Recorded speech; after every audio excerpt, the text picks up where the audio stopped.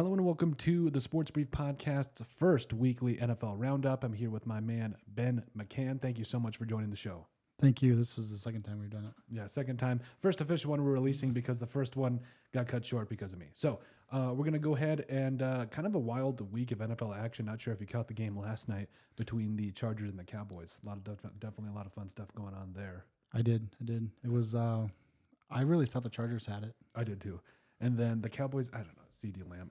I was down by 40 in my fantasy league, and I was like, CeeDee Lamb, I need you to go off. And then I realized the other guy had Keenan Allen. So I'm like, great, never mind. So we'll start out with the Thursday night game, the Chiefs and the Broncos. Chiefs took this one 19-8. The first thing I'm going to start out with asking is the Sean Payton era already done in Denver? I mean, they started out 1-5. Russell Wilson looks good in certain games, and then other games he does what he did the other night, 13 of 22, 95 yards, a touchdown, 2 picks. What are your thoughts? I think the GOAT conversation needs to be Done. re-talked about, because if Sean Payton was this bad in New Orleans, how good was Drew Brees? Yep. Yeah. That is crazy. His offense doesn't work with these guys. Jerry Jeudy is a no-show again. They're not using Mims. I mean, they're not... It's tough to watch. It really is. Russell Wilson isn't as bad as he looks. I don't think he's washed up. I think if he goes to any other team, he's probably a decent quarterback. But yeah, they're just not using their weapons. Nope. And I think the plus side of it is they didn't allow 70. I mean, No. They allowed 19. It was a good game. I mean, their defense looked great. Pacheco, he only had 62 yards, so on 16 carries. So usually he's a hard runner. He's a downhill runner. So I really thought he was going to have 100 plus against the Broncos. At least you're hoping for your fantasy team, right? Yes, exactly. Yeah.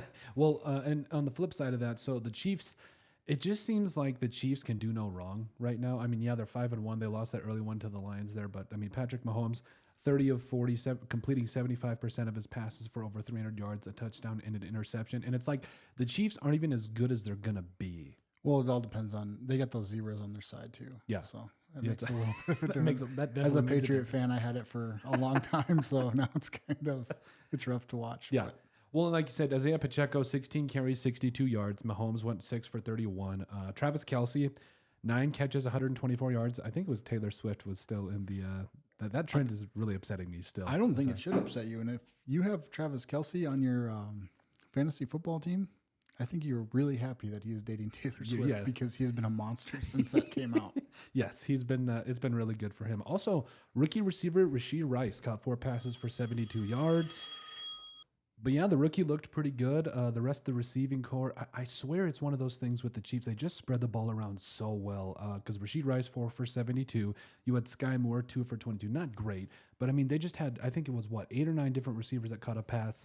And that's just the thing about Patrick Mahomes is I feel like they just spread the ball around so well. But they need somebody to replace Tyreek Hill at some point. Somebody needs to step up, and I think that's when you're going to see the Chiefs really jump. Yeah. I think that's where you're going to see them start actually dominating teams like Miami has. Yep. Is when one of these younger receivers steps up and actually takes that role. Yep. I agree. I think Rashee Rice, I'm really hoping, because I called it at the beginning of the season. We did a segment.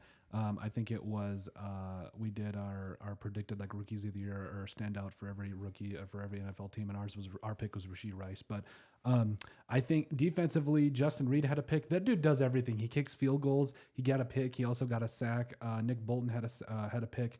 Drew Tranquil with the sack, as well as Chris Jones. That defense is very happy to have him back. Oh yeah. I think you've seen, leaps and bounds difference. Oh yeah, with him back. And then, so after the Thursday night game, 19-8 again was the win there for the Chiefs, who stay in first place of the AFC West at 5-1. And then you had the Ravens and the Titans. I believe this game was played in London, if I'm not mistaken. Yes, it was about. I think my kid woke me up at 7 a.m. Dude, it's 7. All right, fine. Yeah. But hey, the Ravens took the win there, 24-16. I believe with the AFC South set right now, that kind of helps out the Ravens. Put them in a spot where, hey, or the AFC North, excuse me, kind of puts the Ravens in a pretty good spot. But the Titans, I mean, 2-4 right now. But yeah, they won 24-16, and it looks like Lamar Jackson did okay that day, 21 of 32, 33, a touchdown and a pick. Your thoughts on the game? On which side?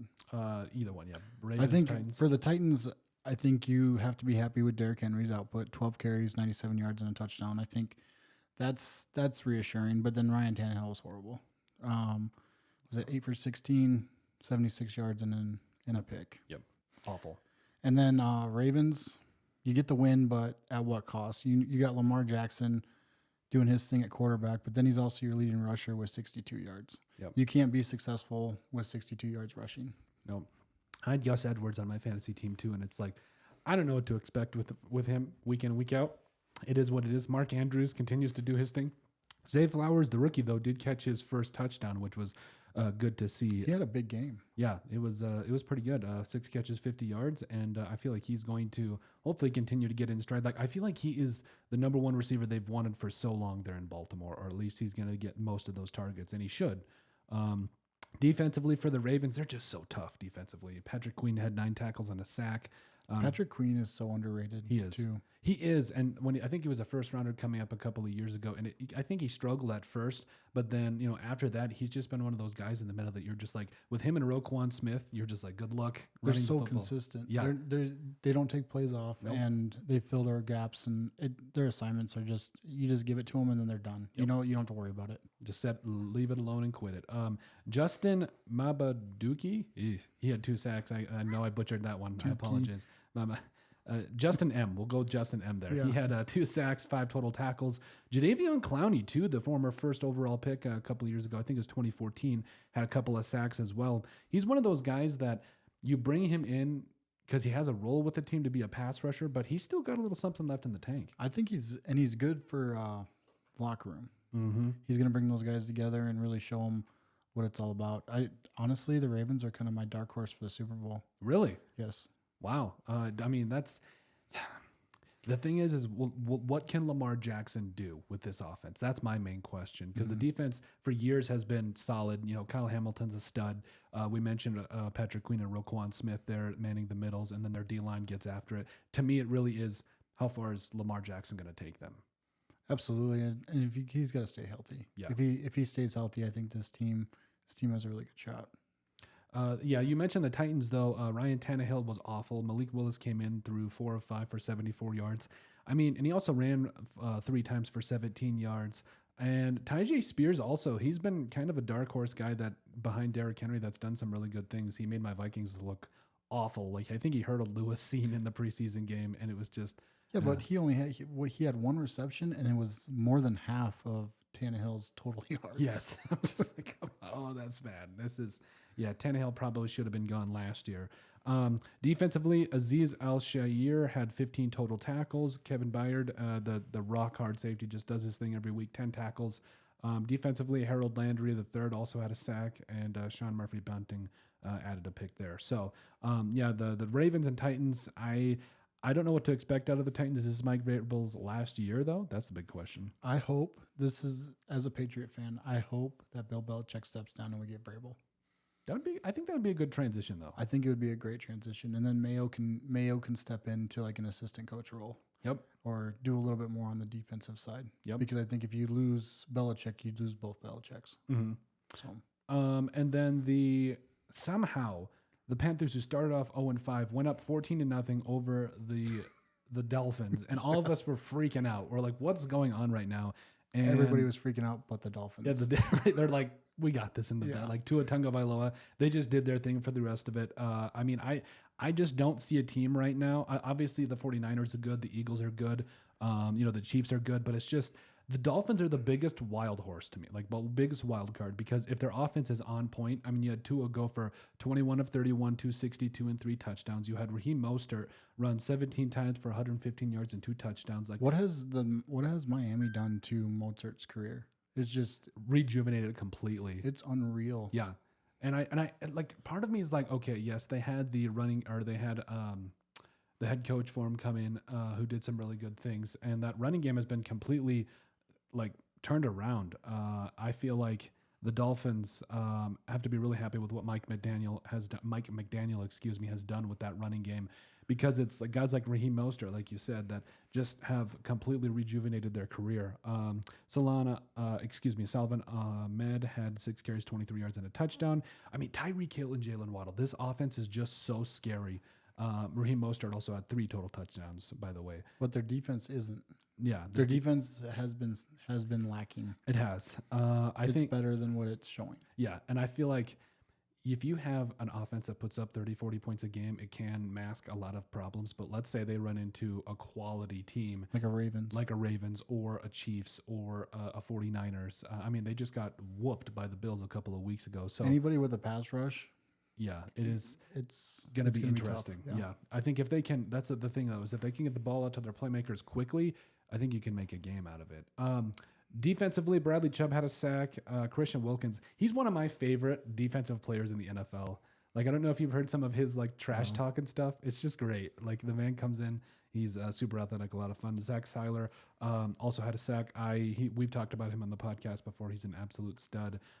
For the Panthers, though, what are your thoughts on Bryce Young this far? He's an Alabama quarterback. Yeah. I mean, Jalen Hurts is, if you ask him, he's an Oklahoma quarterback. But I mean, I don't see a lot of Alabama quarterbacks making the jump and being successful. He's little, he's short, so to be able to see over the line, he needs to be able to roll out, and they're just not built for it. Chubbard Hubbard had a decent day, nothing great, but Adam Thielen looked like Adam Thielen 5 years ago. I'm a little mad. I'm not gonna lie to you. Like, still had something left in the tank. Yeah, I'm kind of like, this is like what, the fourth or fifth week in a row that he's absolutely killed it right now. Adam Thielen currently on the season. I think he was on pace for something crazy, but right now he's got 49 catches, 509 yards, and 4 touchdowns. I mean, he's almost got he's got almost the same exact receptions as last year already, and now he's 70 catches last year, almost 50 this year already. But he's absolutely, I think, turned back the clock. He's 33. And I feel like he went to Carolina to be that number one guy, and he's getting the targets. My thing is Tyreek Hill has more receiving yards, and probably more than most quarterbacks, but he's got more receiving yards than Bryce Young has throwing yards. Exactly. So, and he has weapons. Bryce Young has weapons. It's just rough right now. 5'10", and that's maybe giving him an inch. Yeah. I just don't think those linemen are huge. You have to be able to get the ball over the top of them. And his offensive line, it's been rough because I know the Chandler Zavala, one of the rookies that they drafted this last year, he has been a guy that he's been kind of a leaking stuff. I hope he's doing well on his injury and he recovers quickly and all that. But overall, this offensive line, even though they invested a lot into it for a guy like Bryce Young, it really has not paid off thus far because, I mean, like we mentioned, the Dolphins had multiple sacks. And if you watch the Panthers right now, like it is tough to get things going because of how much pressure there is facing for Bryce Young. But I think that's why you're seeing Thielen thrive in this offense, is so he's your dump route. Yep. He's going to be your slot guy who comes in, does quick over the middle, just dump passes. I think that's where he's going to really strive. But I mean, he has weapons. He has Hayden Hurst. He has Chark. Chark is supposed to be one of the up and coming guys. I mean, and they have that rookie that's really good too. Yep. And the running game, it's not horrible. No, I mean, yeah, they've got some things there for him. I think it does take time to put things together, but I mean, who knows? We'll see how he does kind of throughout the rest of the year here. But then you got the Saints falling to the Texans. The Texans right now are, dude, they kind of scare me a little bit. Doing? Yeah. I don't know. It's just kind of weird. 3-3 for both teams after the game. And so Derek Carr went 32 of 50 for 353 yards. That is crazy. They threw the ball 50 times with Derek Carr. Alvin Kamara had 19 carries for 68 yards. Chris Olave, 7 for 96. Rashid Shaheed is a stud, 2 catches, 85 yards, and a teddy. Demarion Davis, as well as Carl Granderson, also came up with sacks. But this, I don't know. This is kind of crazy for me right now because I feel like the Texans they're kind of getting things done. What are your thoughts? Yeah, I mean, CJ Stroud hasn't played great, but he's played just good enough to win. And Nico Collins, he's doing his thing, and the Saints just didn't show up. Derek Carr looked like Derek Carr. Yeah, and I think that one game against the Patriots really kind of showed how I had hope. I thought Derek Carr was going to be the guy, and I hope he does really well with the Saints just because of the way things Las ended. Vegas. Yep. Yeah, but Kamara's he's not special anymore. Yeah, it doesn't have that. I don't know. It's like the same thing that happened with Delvin Cook, like almost a step lost or something. There's something going on there, but it's he's still good, but he's not like the same game breaking. I don't know. There seems to be something missing, but hopefully he'll get back on track and look like his old self. But also, you want to talk about one of the Biggest disappointments for me this year, Dameon Pierce. I know that the offensive line hasn't done him a ton of favors, but 13 carries, 34 yards. My fantasy team is shrieking right now, Ben, shrieking because of Dameon Pierce. I was so tickled to get him in like the 4th round, and somehow There's probably a reason you got him in the 4th round. Yeah, exactly. I was like, oh man, he did really well last year, and then he hasn't showed up for whatever reason. I don't know, but I don't think he's that good of a back. I mean, we've seen worse. We've seen so much worse. Yeah. I don't know. I feel like I'm beating a dead horse here, but overall, yeah, like you said, Nico Collins is definitely a bright spot. 4 catches, 80 yards for him. Dalton Schultz, who's been a really nice addition, by the way. He had 4 catches, 61 yards, and a teddy. Robert Woods also cut the 6-yard touchdown there from C.J. Stroud. So, C.J. Stroud, 9 touchdowns, 1 interception thus far. I feel like he's played relatively well, especially considering you went to one of the teams that had one of the worst records in football last year. So, hey, I feel like it's a step in the right direction, but we'll see how they play throughout the rest of the season. After that, we've got the Commanders and the Falcons. How good is Sam Howell? Dude, slinging Sam Howell out there. I never would have thought. No, me either. When you look at this stat sheet, 14 of 23, $151 and 3 touchdowns. And not one to Scary Terry. No, not that is something that does kind of shock me a little bit. No. Or even Logan Thomas was a good tight end for him back in the day. I think he's kind of aging out a little bit, but he's still a good player. But Curtis Samuel, 4 catches, 42 yards, a touchdown. Brian Robinson Jr. also had a touchdown, also had 10 carries for 31 yards. But Antonio Gibson, I don't know, he's not the same guy in terms of there were times last year and the year before where you could count on him to, get you 10 to 15 points. But now, I don't know. Your thoughts on the game, though? The game hurt. I thought the Falcons were going to pull it out. I thought we were going to see the rise of Desmond Ridder. Yep. And then he ended up throwing a pick to kind of seal the game. And he was having a decent game, 307, 2 touchdowns, and then at the time he had two interceptions. So I really thought he was going to go into it, get his 3rd touchdown, be 3-2. Instead, he decided to throw an interception, and it was a bad read too. It wasn't anything. It was just a bad read. I do like to see Drake London. He's finally going off. He's finally showing what we all kind of saw at the beginning during the preseason. So 9 receptions at 125 yards. He still needs to get in the end zone. Yeah. So him and Kyle Pitts has looked pretty good though. 4 catches, 43 yards, and a touchdown. Better, I should say. Thank God. Yeah. Because it's been 3 years, 4 years. And this guy, they had problems with incorporating him. Even if you're just some random play caller, you find ways to get Kyle Pitts the ball. And it's only his 4th touchdown in 3 years. So he's getting better incorporated, especially over the last couple of weeks. He had 7 catches, 87 yards against the Texans, and then he came back 4 for 43 against the Commanders. So how about Jonnu Smith too? I think that opens up Kyle Pitts quite a bit because Jonnu has been as advertised. Yeah, 4 catches, 30. The former Patriot, right? Yeah, 4 catches, 36 yards, and a touchdown. Not a bad trade for. I think they got a 7th round for him. Yeah. So it's 7th round to catch touchdowns and block. I love it. Yep. Cordero Patterson, I love him, but when they drafted Bijan Robinson, who only had 80 yards, by the way. Tyler Algier looks pretty good. 13 carries, 51 yards for Tyler Algier as well. Defensively, Calais Campbell had a sack. That's a name I didn't think I'd ever say again, or at least didn't say it would have a sack for another while. But he's the ageless wonder. He continues to bring it every week. I love to see it. Bud Dupree and Arnold Epiketti also each had a sack and a half. Grady Jarrett had a sack, the legend defensive tackle. So, the Falcons' defensive line was definitely getting after it. The Commanders' offensive line had a tough time, it looked like. But let's see here. So, 24-16 was the Commanders' win. They're 3-3, as are the Falcons. And then after that, we have to touch on the Colts and the Jaguars. I've said for a long time that the Jaguars, to me, are they're such a tough team right now. 4-2 overall. Got the big win, or I shouldn't say big win, but a 37-20 win over the Colts here.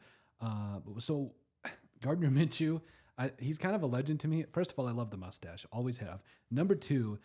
One of his best quotes of all time was, he hasn't taken a crap in weeks because he doesn't accept being number 2.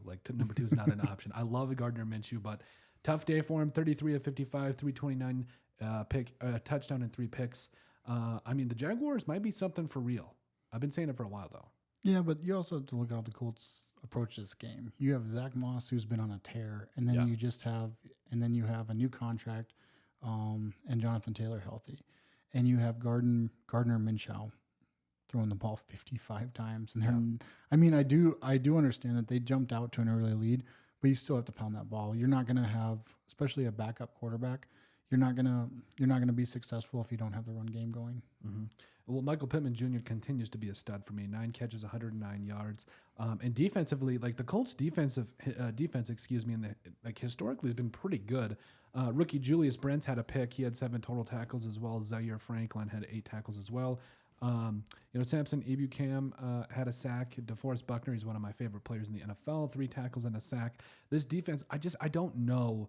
How a guy like Trevor Lawrence, I know because Trevor Lawrence is a professional NFL quarterback, but the man of the hour for me is Travis Etienne. 2 touchdowns over the last. The offense needs to run through him. Yeah, literally, this man needs to get it every single week, at least 20 to 30 times, whether it's catching or running the football. 18 carries, 55 yards, and 2 touchdowns. Also had 3 catches for 28 yards. But Trevor Lawrence, 20 of 30, a $181, 2 touchdowns and a pick. Trevor Lawrence is not reinventing the wheel, but he is playing at a level that will make the Jaguars pretty tough to beat if their defense can keep up. He's not losing games, and he's making the good throws. And Christian Kirk is starting to come around. He had glimpses last year, but this year you're seeing a little bit more consistency out of him, and I think that's with Travis Etienne kind of stepping up. Yep. And then also with Calvin Ridley. He only had 30 yards, but putting him on one side and putting Kirk on the other, the safety's got to make a decision. Yep. And he's gonna shadow Ridley, so that's gonna leave Kirk a little bit more open. Well, and I think the defense too. You got to shine a light on this. So, Foyesade Olokun had 15 total tackles when he came in from the Jets. Last year or the year before? I was kind of hesitant, but he's played pretty well. Devin Lloyd has been one of my draft crushes last year. He did a lot of good things, but this defense at times looks like it can do some things. But it's we know that Trevor Lawrence and this offense are going to put up points. Can the defense keep up? But I've been really excited. I've been pleased with how the defense played against the Colts. But I've said it, I'm going to say it again, Ben, because I said it last week, and you were like, I don't know. Are the Jaguars contenders? No. You still don't think so? No. I know it's an in-division win, so it's really not. Because if they let the Colts come back like that, that game's a lot closer than that score reads. The Jaguars jumped out. The Colts, and they let the Colts hang around. You let Bengals team, you let one of those other, and I don't want to say the Chiefs because obviously the Chiefs are going to be that team. But if you let a Bengals team, the Browns, ask the 49ers what happens when you leave the Browns hang around. Yep. You got some teams out there that if you let them hang around, the Ravens, they're going to beat you. Yep. And I think, I think that kind of goes for a lot of NFL teams. You just see NFL teams playing down to the level of their competition. And I know the guys on the other side, they're all professionals too. They're all paid to play football, and they are all athletes of that same caliber as well. But it's just if you're a good team that's a legitimate contender, you got to be able to shut the door or at least keep your foot on their throat when you have to. So yeah. I'm still going to stand by it, Ben. I may die on this hill, but I think the Jaguars are for real. And I think it's just going to be a matter of time, especially as this offense keeps getting going. This defense, the only thing I'm scared about with this defense is, to me, there's no number one pass rusher. Josh Allen has his moments. Travon Walker, okay, but if they traded for a guy like Danielle Hunter, some of the rumors are, that would just I would lose it, because I think that would elevate the defense so much better. So who are they beating? So I think if you look at the Jaguars' schedule right now, no, let's get to the playoffs. Jaguars are going to make the playoffs. They're going to win. Mm-hmm. They're going to win the South. They're going to win the South. Yep. I think if it depends on who they would play right away, specifically what seed they would get. I think if you go against the Bills, you lose that game. I'm sorry. Right now, you lose. I don't know. Josh Allen hasn't looked great. Let's be honest. The Giants should have won that game. Yes, but I also think that if you look at good teams, they always suck at the beginning of the season. When have the Bills played well in the playoffs? Good point. But no, I'm saying in the regular season, the beginning of the regular season, last year, if you look at the Chiefs, there was a point in time where the Chiefs were playing awful, and people were like, are they even going to make the playoffs? And blah. I still don't think the Chiefs were the best team in the NFL last year. I think the Eagles were just. Yeah. Oh, they were. Yeah, I'll agree. The Chiefs just beat them, and I think if you play that game, you play that game 10 times, the Eagles probably beat them 7. Yeah. The Eagles are just so stacked. This year, it's a little bit of a different story. I think they're going to find themselves in the playoffs. But I think for the Jaguars, if you look at some of the top teams in the AFC right now, I think they've got a shot against the Bills. I think that the Bengals right now, I just don't know with Jamar Chase. If this offense, or excuse me, Joe Burrow and Jamar Chase, if Joe Burrow's calf is good to go, I think that the Bengals can play with anybody. But as far as the rest of the AFC, I think they could beat the Dolphins. I do. You think the Jags could beat the Dolphins? I do. I think that especially because there's this young secondary. I just don't know if they have enough firepower to beat the Dolphins. I think if this young secondary can step up and they get some pressure on Tua, I think it's going to be. It could definitely be a game. I do think that the Dolphins, if they put up points quickly, it's going to be tough for the Jags to come back. But we got to remember last year when they went off and played the Chargers, I mean, they came back 24-0 against Brandon Staley, Justin Herbert, and the rest of those weapons. So the Chargers definitely were no slouch of a team. And I think the Jaguars are a team that if a couple of, I mean, that's any team though. You get a couple of right things to go your way in the playoffs, anything can happen. And so, no, I think the Jaguars in the playoffs, I think they could shock the Bills. They've beaten the Bills. Already, yeah. So I think, they don't play anybody. I'm looking at their schedule right now, and they got the 49ers on November 12th. Mm-hmm. They got the Bengals on December 4th, and they got the Ravens on December 17th. Mm-hmm. The Browns, they play the Browns, the Bucs, the Panthers, the Titans, again. Yeah, it's the Steelers and the Saints. Yeah. So realistically, we're not really going to see. They play Ravens though. Yeah, Ravens were pretty. But you're not going to really see Jacksonville except for maybe 2 to 3 times for the rest of the year until you get to the playoffs. Mm-hmm. What they're capable of. I think that those big games, like you highlighted, the 49ers, the Ravens, and I think the Browns are tougher than a lot of people think. So I will say their strength of schedule for the rest of the year is a little questionable. I don't know. I have felt like the Jaguars have been on the up and up for a little while now, but I do think, yes, we're gonna see some really good ones coming on down the line there, or at least just get a good gauge of what the Jaguars really are. Then you got the Bengals, who go up to 3-3 with the win over the Seattle Seahawks. This was a rough game for Geno Smith. 27 of 41, 323, no touchdowns, 2 picks. I mean, the Bengals, I don't want to say they're back. I mean, yes, they've won a couple straight, but it's like the Seahawks, I don't know. It was just kind of a weird game overall. Tyler Lockett had 6 catches, 94 yards. Your thoughts? I have a buddy that's a huge Seahawks fan, and we actually made a bet, and I think we need to cancel it because I said Mac Jones was going to have a better year than Geno Smith. It's just like it's not good for either one of them. Geno hasn't had a great last couple games. Joe Burrow's slowly stepping up. I think what you're seeing is the emergence of Jamar Chase again. Mm-hmm. They're finding each other, and I think that's big. Walker, he only had 62 yards with a touchdown. I mean, that's a decent stat line, but that's not good enough to beat the Bengals. No, that defense, to only hold a guy like Kenneth Walker to 62 yards and 19 carries, you got to give a little bit of respect to that because, Walker last year was tearing up defenses. DK Metcalf only had 4 catches for 69 yards. Jackson Smith-Njigba, the rookie coming up out of Ohio State, caught 4 passes for 84 yards. Jake Bobo, he's one of my favorite players coming up from the Seahawks too, by the way. But, Quandre Diggs, 8 tackles on the day. Jordan Brooks and Jamal Adams, 7 tackles and 4 tackles respectively. And then you also had Draymond Jones, the former Bronco, coming over. They brought him in this offseason, had a sack. Jerron Reed, a sack, as well as Boy Mafia, the second-year pro. And then Trey Brown. The Seahawks defense, I want more pass rush. I want more stopping the run and more pass rush. But they actually only held Joe Mixon to 12 carries for 38 yards. So they did pretty well against Joe Mixon, though. Yeah, I expect more out of this receiving core. Geno Smith, he had a good year. He didn't write back. I think he's penning a letter this year for sure. But with Lockett and Metcalf, they have 2 high-end wide receivers, and then you got the rookie, and I just don't see how this receiving core is as bad as it is, mm-hmm. or has been as bad as it has.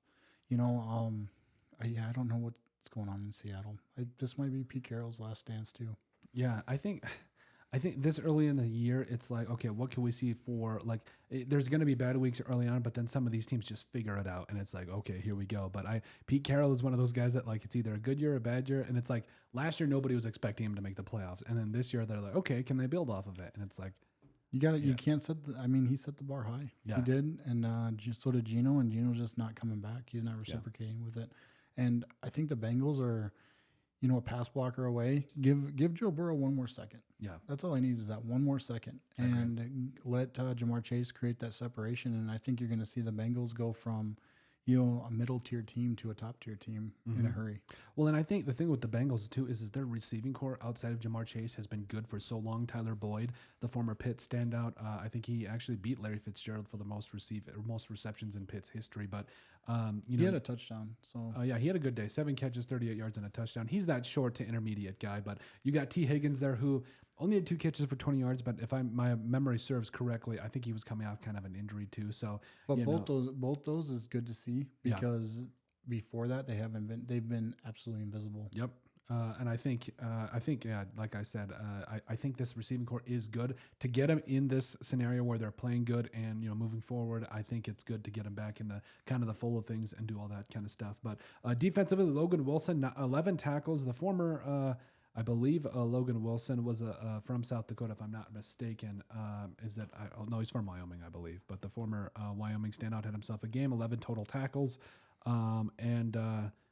Kept from Casper, Wyoming, had a sack as well. And I think his grandma was featured in a commercial not too long ago either, too. But Cam Britt-Taylor, 7 tackles and an interception. Daxton Hill, second-year pro, 8 tackles. Mike Hilton also had a pick. Sam Hubbard, a sack. Trey Hendrickson getting in there as well is good to see. The Bengals, we'll see what they kind of are able to string together throughout the rest of the season and go from there. And then after that, we got to talk about this Vikings game. Why is it so hard for this team? Like you had a situation where Jordan Hicks probably had the game of his life. He's done a really good job rejuvenating his career with the Vikings. But 19-13 was the final score. 2-4 are the Vikings, and the Bears 1-5, probably going to finish last. Is this Justin Fields last year? I don't know, but overall, the Vikings pull it out. That's basically all you can say about this game. Yeah, but to be fair, conference games are always like this. You're not gonna see a blowout in a conference game unless it's the Patriots Bills or something.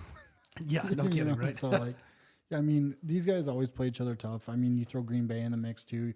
They're going to be 500 throughout the course of the year. So it was a good game. Good game, 2 bad teams. Yeah, Kirk Cousins does not look good at all. Justin Jefferson, it really threw this offense for a loop. Look what happened. It's kind of like the Dante Culpepper thing. You look really good with Randy Moss, and all of a sudden Randy Moss leaves, and Dante Culpepper is a kid from UCF. Just yeah, okay. It's like good luck. Kirk Cousins, 21 of 31, a $181, a touchdown, no picks. So he had one boneheaded play where he tried to throw it backward to I think it was Cam Akers, maybe it was Alexander Madison. Anyway, but just watching the game, this defensive line finally looked like it's getting its things together. Even though we did see Marcus Davenport leave like 5 plays into the game, but T.J. Hawkinson, a lot of drops, hasn't looked like himself, especially after he got paid, and it's been frustrating. When your leading receiver is a tight end, though, you have issues. Yeah, exactly. Guys like KJ Osborne, he actually played pretty well. I'm waiting for Addison to come up. He needs to step up huge, especially since Diggs went down. That's why they went out and got him to have that safety net, I believe. Yeah. And that other guy on the other side of the field from Diggs, and he just Jefferson. Diggs is with Buffalo. Yeah, Jefferson. I was like, did they trade for Diggs again? No, just kidding. Jefferson. But Addison needs to step up. Yeah, he was really absent in the second half. The entire Vikings offense was like we literally could have put out Brody and all of them in the second half, and you might have gotten better results than the Vikings offense did. But I was really encouraged by this defense. So Cam Bynum continues to amaze me. He's a guy that I think in his 3rd or 4th year now, he's just a guy that he continues to play really well this year. He had 9 tackles. I know that usually when a safety has 9 tackles, people are like, oh, that just means he's getting targeted a lot. No, he made a lot of great plays around the line of scrimmage. He really makes it tough for opposing quarterbacks. And Danielle Hunter had 2 sacks. Danielle Hunter at this point, pay the man. I don't care. This guy has been your only consistent pass rusher for years now. I know last year you had Zadarius Smith that was playing like an all-pro for the first half of the season, but Danielle Hunter, I don't care. Sign him. Just give him a blank check. And then you also had Jordan Hicks, who led the team in tackles, had the game of his life, 10 tackles, had a pick, also had that scoop and score that was set up there by Josh Metellus, who had that sack. Defensively, though, like the Vikings, they got home a couple of times. Harrison Phillips, DJ Wanham had a sack as well. Byron Murphy had that pick to seal the game. I'm just waiting for the Vikings offense.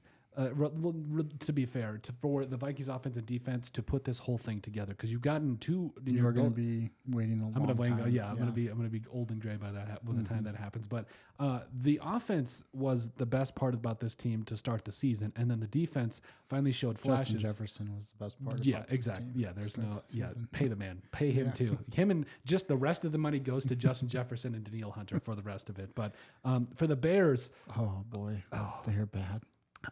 Tyson Bagent, though, I don't know if you watched how he played. I felt like he might be something, because yes, he had that he had that duck at the end of the game to kind of seal it for the Vikings, but he was catching the Vikings off guard. He went 10 of 14 for 83 yards, and he was legitimate. And he also had that rushing touchdown too. So, but he was putting the Bears in a position where it's like, are they going to come back and beat the Vikings like this? Like with a guy that was D2 last year, and he really stood out to me. It might be the end for Justin Fields. Yeah. It might be the end for him. Yes, he ran the ball a little bit to start out the game, but the Vikings were putting hits on him, and then in came Tyson Bagent. Do you think this is it for Justin Fields? No, but I also think that we need to be realistic with what we expect from Justin Fields. He was thrown into a really crappy situation, and it's not going to get better just by adding Justin Fields. They went out and got DJ Moore, which I think was a great ad, but DJ Moore is not the guy. Carolina, and he wasn't the guy in Carolina. You know, all these newer quarterbacks, they're getting their receivers. And that's where you're seeing them successful. Brock Purdy, obviously not this week, but has been successful because of the weapons around him. Mm-hmm. You know, Josh Allen, they went out and got Diggs. You know, they haven't really got that guy, and they haven't drafted well, honestly. Well, and I think so. I'm going to defend my man DJ Moore here. I feel like there were times, I think the Vikings did a good job of locking him up for a good portion of the game. But last week he had like over 200 yards and 3 touchdowns. The problem to me for the Bears is that this offensive line is atrocious at times. I remember Danielle Hunter just having his way with rookie Darnell Wright. There were a couple of times where Cody Whitehair had screwed up snaps with Tyson Bagent and even Justin Fields. And it's just like, I really think DJ Moore is the number one they're looking for. It's just the fact that guys like Darnell Mooney, they need to be more consistent. Tyler Scott had a couple of catches, and he just really seems to me like they're missing that number 2, like consistently, that Darnell Mooney. He's gotten off to kind of a slower start, but I like DJ Moore. I think the rest of this offensive line needs to get figured out, because you can't just expect Justin Fields to run the ball all the time, because you saw what happens to him. He got demolished by Danielle Hunter there, dislocated to some. I hope for a speedy recovery and all that, but I think DJ Moore is the guy. The problem, again, is the offensive line. Can they get it done? Can they put this thing together and give him some protection? Defensively, the Bears played very well on defense to hold the Vikings to 19 points. Again, no Justin Jefferson, but this defense that was one of the worst, or was one of the worst rankings coming into the game. But guys like Jaquan Brisker came in, had 6 tackles and half a sack. TJ Edwards had a sack. Jack Sanborn and Justin Jones were making plays all over the field. That was really good to see as well. Unique Ngakwe, he also made a couple of nice plays in the run game. DeMarcus Walker had half a sack. So there's pieces with this defense, but part of me is wondering, like, are we seeing the end of Matt Eberflus and Ryan Poles? I definitely think that's something that's a discussion. What do you think? I think it has to be on the table for sure. Mm-hmm. When you're so bad, your fans are fighting each other. Yeah, that was rough. Yeah, there were some guys that were just like, just stay down, stay down, dude. I don't know why he hawked that guy. I don't know if you saw it. He was just the guy just got up and was looking at like something in the sky, and then just got hawked from the side. It looked like that. It looked like what happened to Dallas Goedert a couple of years ago in that bar in Aberdeen. There, that was rough. But yeah, I don't know. I was just like, dude's looking at birds and just gets completely like tomahawked from the other side. I was like, ooh, yeah, he's not gonna remember his name tomorrow. But yeah, that's tough. So no, I think the Bears. I think, like you said, it's got to be on the table to maybe potentially fire guys like Poles and Eberflus, but we'll see what happens. I always think, like, especially this time of year, these coaches' names and stuff and players' names get thrown around so much. Then, like you said, they figure it out. I don't know what you can figure out with that team. Yep.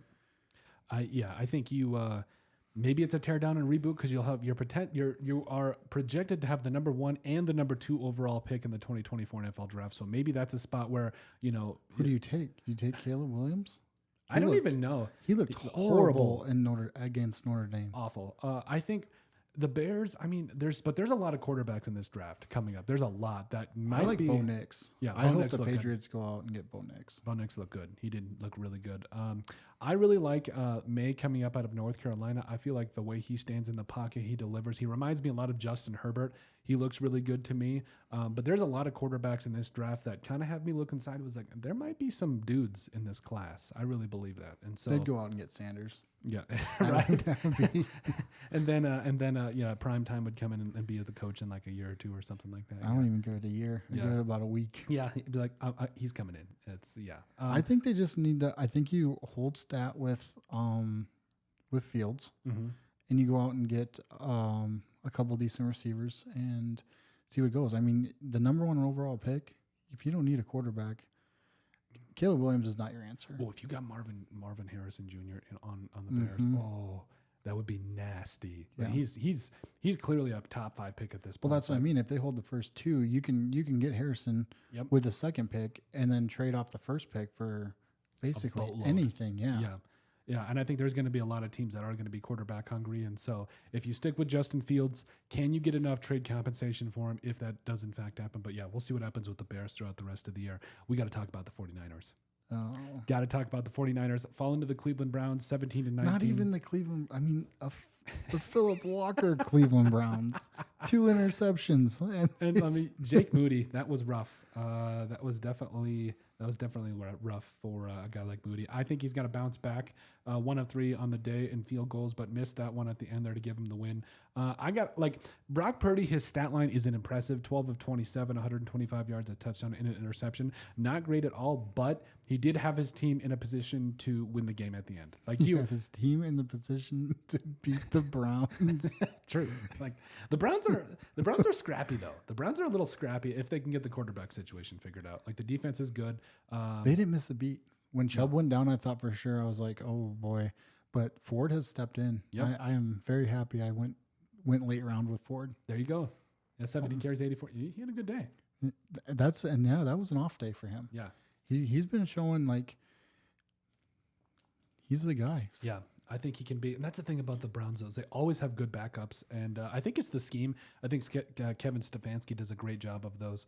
I think it's outside zone. They do a lot of play action stuff too, so they do a lot of great stuff with the running game. But Christian McCaffrey, only 11 carries, 43 yards. He did catch a touchdown, but that's going to be something to see. Is he good to go against the Vikings on Monday night? That's going to be a big storyline. I think that's your blueprint to beat the San Francisco 49ers is shut down McCaffrey. Yeah, I mean he's just their offense. Like they can just run the football. If you can shut down the running game, which is always a tall order because that offensive line. But Trent Williams had a rough day. I think he graded out as a 37.0 PFF pass blocking grade. Like what was it? Myles Garrett had himself a day. I don't think he had a sack, but if you watch the tape, he just had his way with Trent Williams. And this, I mean, the rest of the rest of the weapons for the 49ers are pretty good. Brandon Ayuk, Jawan Jennings, he has been underrated for a long time. But George Kittle only had 1 catch for a yard. I think you got to give a lot of props to the Browns, but not a great day for the 49ers. They kept themselves into it, but they just couldn't win it at the end. I don't know. It's pretty tough. That missed field goal. Yeah. They win it. Yeah. And Randy Gregory had a sack. Nick Bosa had a sack. George Kittle was non-existent. Yeah. Yeah. It's rough. I think you got to incorporate him touches. I don't care how it happens. But if you're gonna throw up a Dallas shirt like that, you gotta be able to back it up. He backed it up in Dallas, but come out here and just get absolutely blanketed by the Cleveland Browns. It's embarrassing. Well, and PJ Walker, he 18 of 34, $192, no touchdowns, 2 picks, and it was just like this defense took over for the Browns, which is exactly what they needed. Jerome Ford, like you touched on, 17 carries, 84 yards. Kareem Hunt looked good, 12 carries, 47 yards, and a touchdown. Also, Amari Cooper had himself a good day, 4 catches, 108 yards. And then you had Martin Emerson, who I believe who's the rookie. He had a pick this year, or he had a pick against the 49ers. Grant Delpit had a good day. Jeremiah Owosu Koromora, joke as they called him in the draft. He had a sack. And then, this defense, I felt like this defense did what it had to in order to help this team win. And it's just, when you do that against a 49ers team, that kind of makes a statement to me a little bit. I don't know. What do you think? Oh, absolutely. I mean, you shut down one of the, top 2 offenses in the NFL and didn't shut them down. I mean, you made a statement. Yeah. And then, I hate to say it, Ben, but we got to talk about my Raiders and your Patriots, my man. I'm so sorry. I was really hoping Jacoby throws the ball this time. It's like, for the love of God, don't let this man throw back. Yeah. Oh my God. I was like, okay, dude, just do your thing, be non-existent, just don't screw it up. But we'll talk about the Patriots first.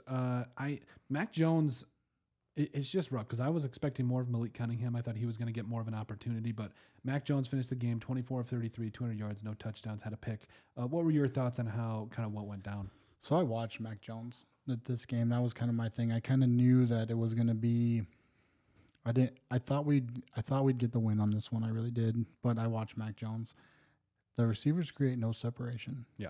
You can't. I mean, the windows that he has to throw in is unreal. That interception was just a bad read. But he is a young quarterback. I'm tired of making excuses for him, to be honest with you. But I think he can be a good quarterback. I really do. Stevenson, 4.6 yards a carry, which isn't bad, but they're not putting them in a position where they can use the run game. They're falling behind early and they're trying to catch up. Kendrick Bourne had a good game, 10 receptions, but he only had 89 yards. Yep. So these receptions are these dump offs and 8 yards, 5 yards, and he's not getting a lot after contact, after he catches the ball. Yep. I don't know what to do with him. I'm a huge Patriot fan, and it makes you want to rip your eyes out watching these guys play. It's bad. It's definitely not what we're used to seeing, especially during the Tom Brady era and now with Bill Belichick. I mean, everybody's saying, "Oh, is he on the way out?"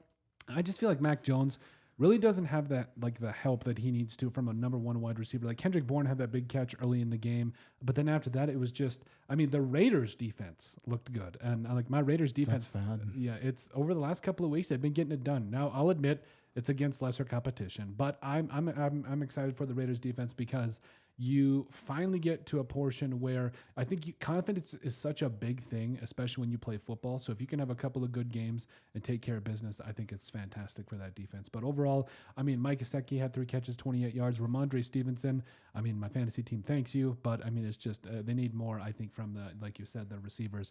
Defensively, so Jelani Tavai, I mean, that was at the beginning there. He had what you would call, I don't want to say a bonehead play, but he made up for it like the next play and got a pick. So he's been one of my favorite players. Jabril Peppers just rocked Devontae Adams. Oh, yeah. And he was pretty much non-existent through most of the game, I would say. That is one thing Belichick still does well. He takes your weapon away. Yeah, he does. Your weapon. Michael Mayer. No? Yeah. Mayer. Michael Mayer was fantastic. He looked like he was playing in the green and gold again. Yes, he did. I was like, oh no. It was impressive. He did, yeah. And I think that's kind of what the Raiders want to do is establish getting the ball to their tight ends. And finally we saw it. Like he would be a huge waiver ad. Yeah, I just added claimed him. Yeah. I just claimed him literally last night when I saw he went out for a 5 for 75. My other tight end was Cole Kmet, killing me. So I was like, yeah, I need to get me some Eminem in here to take care of this. But offensively, I'm gonna lose it with Jimmy Garoppolo. I'm gonna lose it. This man, 14 of 22, a $162, a touchdown, and a pick. It's the thing of like that's what he does. He's a game manager. But I'm just so sick of the Raiders having game managers at quarterbacks. Like we've seen it with Derek Carr, who he has the potential to be a little bit above a game manager, if you ask me. But there's not very many elite. I had this conversation with my buddy the other day. Mm-hmm. We don't have the elite. We don't have like what we used to have. Yep. For quarterback. They've I don't know if it's defensively they've learned to kind of take it away, or if the schemes are that difficult to read, but you don't have elite quarterbacks anymore. Yep. You have game managers. The quarterback position is not as relevant. It's bad when you have a guy like Jimmy Garoppolo that, he goes out with his injury. I hope he's okay and everything. But Brian Hoyer comes in, went 6 of 10, 102 yards. It's bad when your backup, former Patriot, comes out and in 10 passes. Hoyer's a man, though. Hoyer, I like me some Brian Hoyer. I think he's a really good backup. So smart. He can just pick apart a defense. Yeah. And I think the sad part is he had that really long pass to Trey Tucker over, what was it, like 50 some odd yards or whatever. And that was like the first time this entire season as a Raiders fan that I've seen him being able to air it out in any way or at least stretch out the defense. And I'm like, thank God we finally get somebody that can throw it long a little bit. So it was good to see from Brian Hoyer. Josh Jacobs, I'm still waiting for that big game from him, because he led the NFL in rushing last year, 25 carries, 77 yards, also caught. I don't think you're going to see it. I mean, because they've got him for one more year. Zamir White had a couple of carries here and there, but overall, I think this offensive line has taken kind of a step back, unfortunately. Josh Jacobs was your leading rusher. Guess who number 2 was? Number 2 was Jimmy G. Yeah, with 4 yards. Yeah, you have to. I feel like in the NFL, you have to have a 1-2 punch. You have to have a compliment. You don't have it when Garoppolo's your second leading rusher with 4 yards, and then Brian Hoyer, -3, White 2. Yeah, and Tucker with 4. Well, Josh Jacobs, he's been such a bell cow running back for so long that it's like I miss back in the day when it was Adrian Peterson, where it was, hey, we're going to run the ball down your throat 30 times and good luck stopping it. Yeah, but Adrian Peterson was built different. Yeah, I mean, he was one of the greatest to ever do it. But, I think guys like Josh Jacobs, I think that the days like of having a guy that runs it 20, 30 times are over. I think you need to have guys that you split up the duty. You can have a couple of guys. Don't you dare. Duty. You have a couple of guys that can run, pass, block, and also can catch the ball out of the backfield. I think you need to have a running back by committee approach to it, absolutely. But like we said, Michael Mayer, 5 catches, 75 yards. Jacoby Myers, he's proven to me to be a really good addition for the Raiders this year. He had 5 catches, 61 yards, and a touchdown. Trey Tucker, the rookie, who finally gave this team a little bit of a deep threat it's needed for a while. But 2 catches, 57 yards, and Devontae Adams only 2 for 29. But defensively, Max Crosby called game. I loved it. I felt like he was one of those guys that he just doesn't get as much love as he should. But this defensive line also looked really good. John Jenkins and Adam Butler had a sack. Milo Nichols and Max Crosby both combined for a sack as well. And then Amik Robertson had a sack. This was a win for the Raiders, but I'm interested to see kind of what they do against the Lions in a couple of weeks. They got the Bears next. But, I was pretty excited to see this defense continuing to take a step forward there. Speaking of the Lions, another big-time win against a team that was 3-1 at the time. This Lions team scares me. It just does. I feel like they're very good. They're very good. I think that Jared Goff, 30 of 44, 353 and 2 touchdowns. There's just so many different things to this offense that just make you go, wow. And St. Brown's back. Yeah, and so that scares me. I'm like, oh, great. Now they're going to be back at full strength. They're healthy. The Vikings are behind 3 or 4 games now. It's not going to go good. But the Lions are for real. I think that, David Montgomery, my fantasy team I'm livid right now, Ben. I am livid because David Montgomery went down. First of all, I didn't start him a couple weeks ago when he had like 40 points. He had 3 touchdowns. This last week, he had a pretty good game, over 100 yards and a touchdown. And then he gets injured. So I'm hoping he's going to be good to go. Comes back. Pray for a speedy recovery. But Amon-Ra St. Brown, one of the most underrated wide receivers. Jamison Williams, what was his finally 2 catches, 53 yards and a touchdown. This man he is an absolute stud. What was his 5th career catch was another long touchdown. It's like, he's a mismatch waiting to happen. But defensively, I think is the story for me for the Lions, where you go up against a team like the Bucs that kind of was shocking some people, but you put them in their place, only allow 6 points. Alex Anzalone right now is playing some really good football. I loved me some Jack Campbell. I thought he was going to be a big time steal. Kirby Joseph has looked good. Will Harris had the pick there, and then Julian Okwara had the only sack. So this defense is looking good. That was really the main question. The offense we knew was going to put up points, but this defense is looking good. Baker Mayfield did not have himself a good day. He had a Baker Mayfield day. Yeah. I feel like he's had a pretty good year so far, but it's just, when your defense can't exactly, it's a tough game in the Lions. It really was a tough game. But Ricard White, 7 carries, 26 yards. Chris Godwin, 6 for 77. Mike Evans, not a great day, 4 catches, 49 yards. Kind of a slow day for him overall. So, and then defensively, I mean, it wasn't awful for the Bucs. Levante David had 12 tackles and a sack. You also had Joe Tryon, who had a sack as well. But you needed more. And Kalijah Cansey, the rookie, had his first career sack. That was good to see. But you need more from your offense, from Baker Mayfield, especially if you're going to play a juggernaut like the Lions. That's at least, I mean, the Lions are just so tough right now. They really are. Let's see. Also, so then after the Lions, we've got the Rams and Cardinals. The Rams are kind of shocking me a little bit. Like they're better than we thought. Yeah, I mean, but they beat the Cardinals. True. The Cardinals are setting up for. This is how we saw the Cardinals play all year. Yeah. This is what we expected the Cardinals to do. Josh Dobbs having a horrible game, and then being the leading rusher as well at 41 yards. I mean, this is what I expected from the Cardinals all year long. Yep. And I think, especially since it's an NFC West type battle, it's like, okay, this game had some implications, but at the same time, the Rams, we kind of knew they were going to come out and do their thing. Trey McBride, the rookie, I believe second-year tight end, 4 catches, 62 yards. Kyron Williams, he had a game. Yeah, he did. Absolutely. If you don't have him on fantasy, you should. 20 carries, $158 and a touchdown. Did his thing. Also, Cooper Kupp, 7 catches, $148 and a touchdown. Yeah, he got it done. Is Puka done? I mean, it's one bad game. The man had one. Yeah, but now you got Kupp.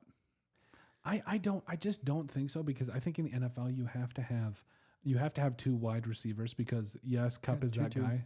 What's that? Yeah, Tutu's pretty good. That's I mean he's one of those guys, but Puka, I don't think it's over. I think that yes, because when they take away Kupp the next game, you need to have that other number too. If you don't have a guy like Patrick Mahomes on your team, do you think Kupp's 100 yards, a safe 100 yards a game? He's pretty close. And then you got Williams, who's probably safe 80 to 100 yards. Mm-hmm. So you're looking at 200 yards of offense right there. Where does he fit? I think that you'd be surprised, because there's a lot of teams that, if you look across the NFL, there's teams that, like the Vikings, for instance, that you look at Justin Jefferson, he's your 100-yard guy, but then you also got Jordan Addison, who's going to get that, 40 to 80. So it's like, you're probably, he's not going to be a 100-yard receiver, but I don't think his role is going to diminish at all. I think that Cooper Kupp does some different things that Puka can't do, and then Puka does some things that Cooper Kupp can't do. So I think especially when you're a play caller in the NFL, you have to know your guys' strengths, and you have to manufacture touches for guys too. So you think Stafford? I mean, I don't see the offense going 400 or 500 yards with Matthew Stafford. I mean, at this point, I don't know, 15 of 24, 226 and a touchdown. It was good enough to win the game. Against the Arizona Cardinals. Yeah, it was good enough to win the game. Yeah. I don't know. This team doesn't have its magic like it did a couple of years ago when they went on to win the Super Bowl, but it's defensively it looked better. Byron Young, not the quarterback. He had 6 tackles and a sack. Ernest Jones, the 5th or 4th. I never got the Roman numerals right. I never did. He had 10 tackles there. Christian Rosebroom, the former SDSU standout, he had a pick there. It was good to see as well. But overall, the defenses look better for the Rams. It's going to be interesting to see what kind of goes on offensively throughout the rest of the season, especially with, like you said, Cooper Kupp now back in the mix. Week 6 continuing here. The Jets took down the Eagles. You want to talk about a little bit of a shocker there. The 49ers and the Eagles undefeated, no more. And then I don't know if you saw all the memes, but after Jalen Hurts had himself kind of a rough day, there's all the memes of how he's going to be making burgers for McDonald's and all this stuff now that, they take like one of the NFL takes away the short rushing player, whatever, like the tush push. Yeah, the tush push. Like, come on, this dude's still a good quarterback. I think that the Jets defense is for real. I don't care what anybody says. What were your thoughts on how the Jets were able to get a win here? I want to say that the Eagles played bad and the Jets defense didn't play well. Yeah. I don't think it was the Jets defense was dominant. I think the Eagles were they were burnt, and it was time. The NFL's like, we can't have a bunch of undefeated teams, so now we don't have any. Yeah. I don't want to give credit to the New York Jets defense. I just think that the Eagles beat themselves on this one. You just hate the Jets, don't you? That Patriots rivalry a little bit. No, I don't hate the Jets. And I'd like Zach Wilson. Zach Wilson didn't do anything. Brees Hall, 39 yards and a touchdown. These stats, Garrett Wilson, 90 yards. And I mean, that's your guy that's supposed to be 100, 150, especially in a game like this. Their defense just wasn't great. A.J. Brown still had 131 yards. Hurts still ran for 50 yards. Mm-hmm. He didn't play well. He didn't read the defense very well with three interceptions.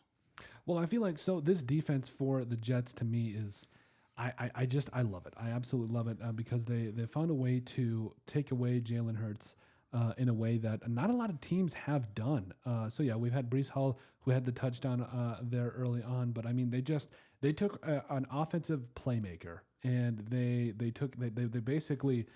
They got 3 turnovers, which was huge. But I really feel like this defense with Robert Saleh, I have loved it for a long time. And I feel like if they can somehow get a little bit more out of Zach Wilson, I think this is going to be a team that's reckoned with. Like you said, Garrett Who's their best defensive player?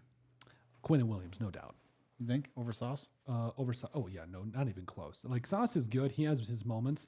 But Quinnen Williams, to me, he's just for my money. He's if you watch him, his hand usage, his strength, his speed, his technique, it's almost unfair. And he had a pick too, didn't he? Yeah, he had a pick. I think it was bad at the line, if I'm not mistaken. But Bryce Hall also had a pick, as well as Tony Adams. But just looking at these names who have interceptions, it's not because of good coverage; it's because of poor reads. Like Tony Adams, that's a poor read. Quentin Williams, like you said, was batted at the line. Mm-hmm. If you see Sauce Gardner have 2 interceptions or something like that, then I'll give it to the defense. But this is Jalen Hurts playing bad. Yeah, I think so to a degree. But again, this defense, if everything goes according to plan. So with the Vikings a couple of years ago when they had Mike Zimmer, there was like this defense for the Jets just remind me of those Mike Zimmer days. Like their offense is awful. They're not going to put up 25, 26 points, but their defense isn't going to allow that many points. So I feel like let's go with the real story. Is Aaron Rodgers going to play before the end of the year? I don't think so. I do. I think it takes so much to come back from an Achilles though. Like it's just so He's throwing. He's throwing, but I just think it's all for show. Like especially when it comes to an injury that is that serious. I think it's all for show at this point. He might. I'm not going to say he won't, but I just feel like you need more time. And even if he does come back, he's not going to be 100%. There's no way. Like Adrian Peterson, who back in the day, what would you rather have, a 60% Aaron Rodgers or 100% Zach Wilson? I mean, Aaron Rodgers. Here's the thing. Aaron Rodgers at 60% might be worse than Zach Wilson. I said it. No. Here's what I think. Because Aaron Rodgers over the last couple of years he's not been himself. He has not been the 40 touchdown kind of a role kind of a guy. The Packers let him go because he couldn't run their offense. Like he is not. The Packers let him go because he kept going on vision quests. Yeah. The mushrooms were getting to him a little bit. But like for real. Look who they have left. They have the Giants. Should be a win. The Chargers, we'll get into that because I don't feel the Chargers are as good as the Chargers are. Mm-hmm. The Raiders, we all know that's an if game. 50, yeah. The Bills in conference, Dolphins conference. So I think if he could get back around that November, that's gonna be tough. Mm-hmm. So let's say he gets back December, early January. December 28th. They play the Browns. Mm-hmm. I think if the Browns and then the Patriots, because the Patriots are last game, mm-hmm. I think he comes back. I think it's not out of the realm of possibility. It's just I just feel like if Zach Wilson is playing well at like towards the end of the season, I think it's also, and if they're winning, I think you have it. Like if you have a Case Keenum type effect for the Vikings back in the year when 2017, I think was the year. It's like if you have that kind of an impact. I just think it's really hard to sit a guy. But if he's playing like, Zach Wilson of old, I don't think I have a problem with putting him in. But, I mean, Aaron Rodgers is Aaron Rodgers. He still has that experience. He still has that arm. Like, we see it sometimes. But if he's not 100%, I don't know. I think it's something you got to take it by day and just see where he's at. Because if he's good to go, he's going to be pretty tough. He's Aaron Rodgers still. There's never counting out Aaron Rodgers. But the fungi a fun guy. That He's heals a fun you. guy. Yeah. Yeah. I'm just like, oh my, like, okay, dude. Like, I wasn't shocked because he's clearly a guy that feels like it has to be all about him, but it's just like, whatever. I hope he does come back because then we can't hear any more excuses from Jets fans and just being like, hey, like you had your guys, you're good, your defense is good, you got a good running back, but can you take care of business with if your quarterback's all healthy? We'll see. But then you got the Bills with a barely win over. I'm the not Giants. counting it. You're not. The Bills are no. The Bills are 3-3. The Bills are 3-3. Yes.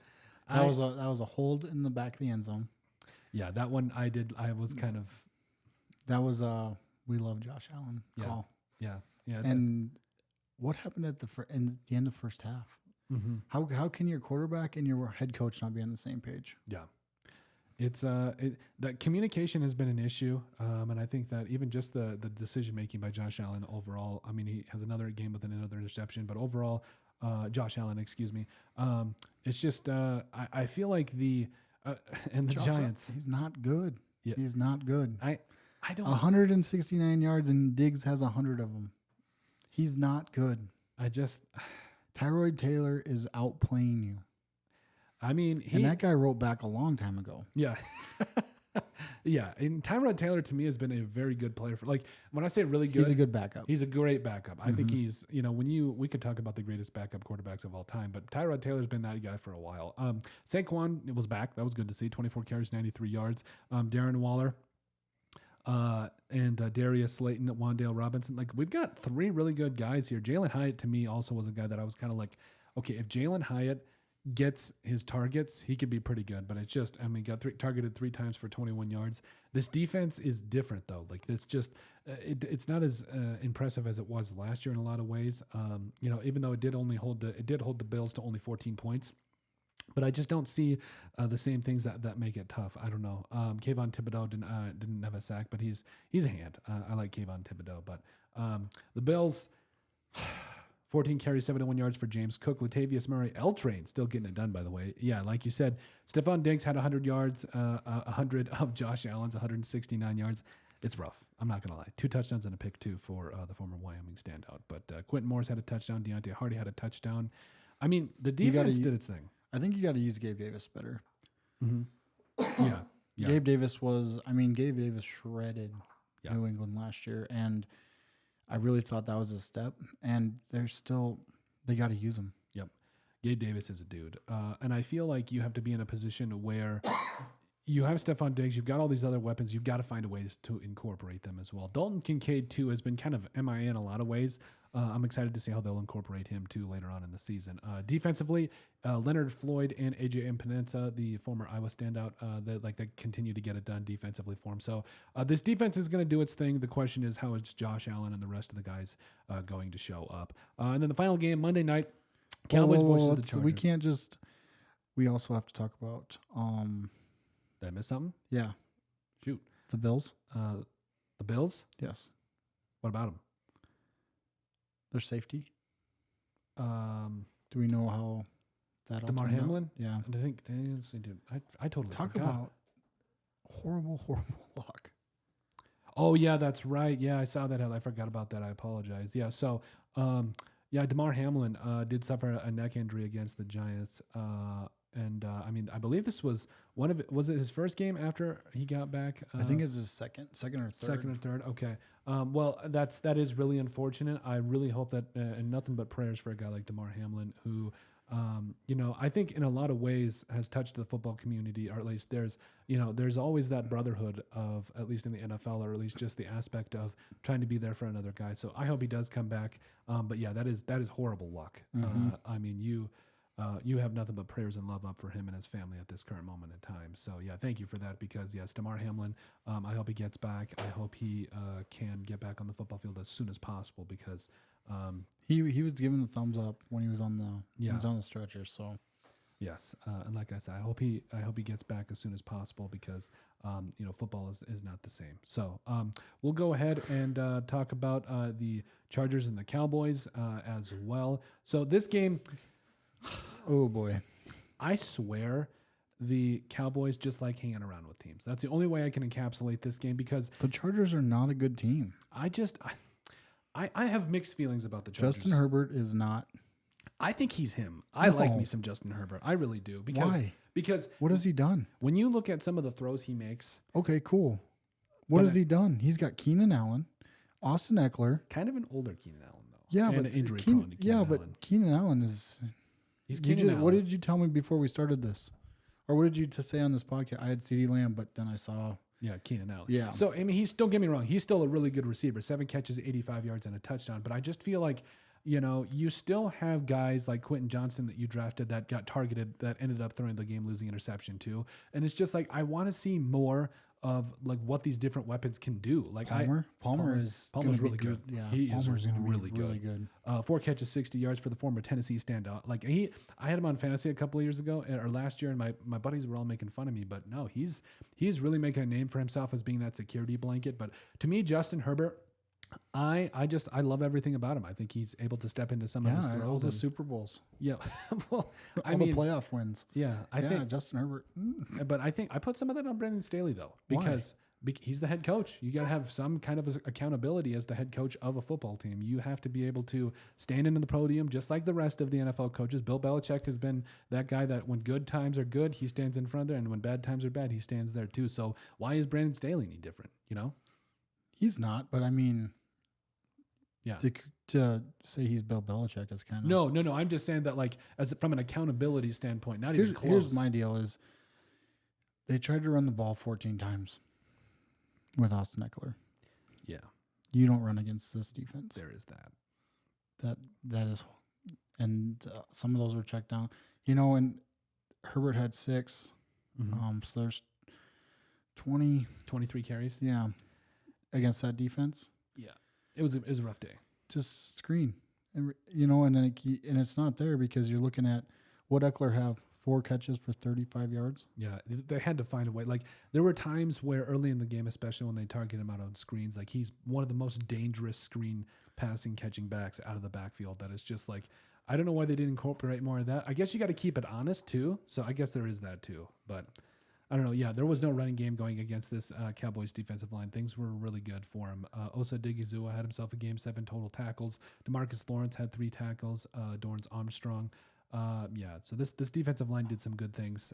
They also got a little bit of pressure. Micah Parsons towards the end there got that sack. Stephon Gilmore got the game-sailing interception. But, yeah, this defense. That one hurts. That one, yeah. I miss Gilmore. I miss that man. But no, I miss Brandon Cooks too.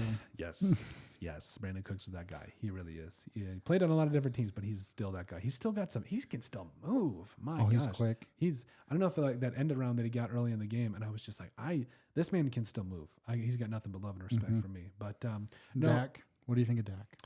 I think Dak is in a position where you have a good defense. You have weapons. You have weapons. I felt for the longest time that Dak Prescott has been, he's a game manager.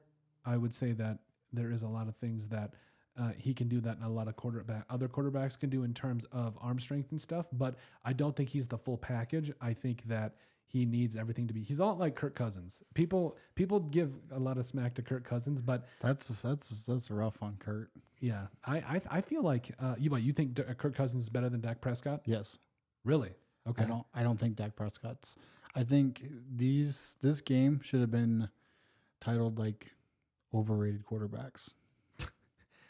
Justin Herbert. I love me some Justin Herbert. I'm sorry. I just love you all you want, but right now he's 2-3. Yeah. So I mean, I think there's a couple.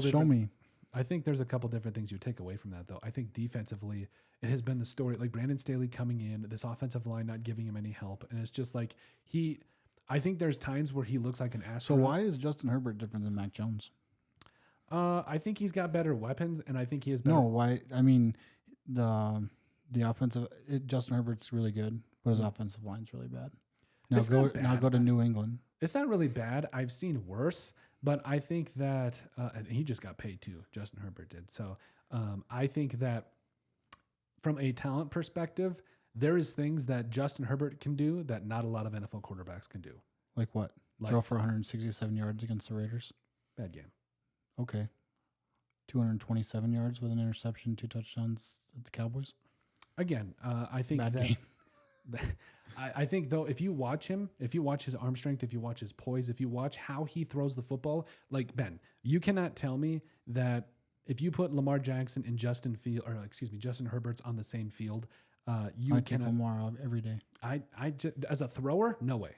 No, as a quarterback.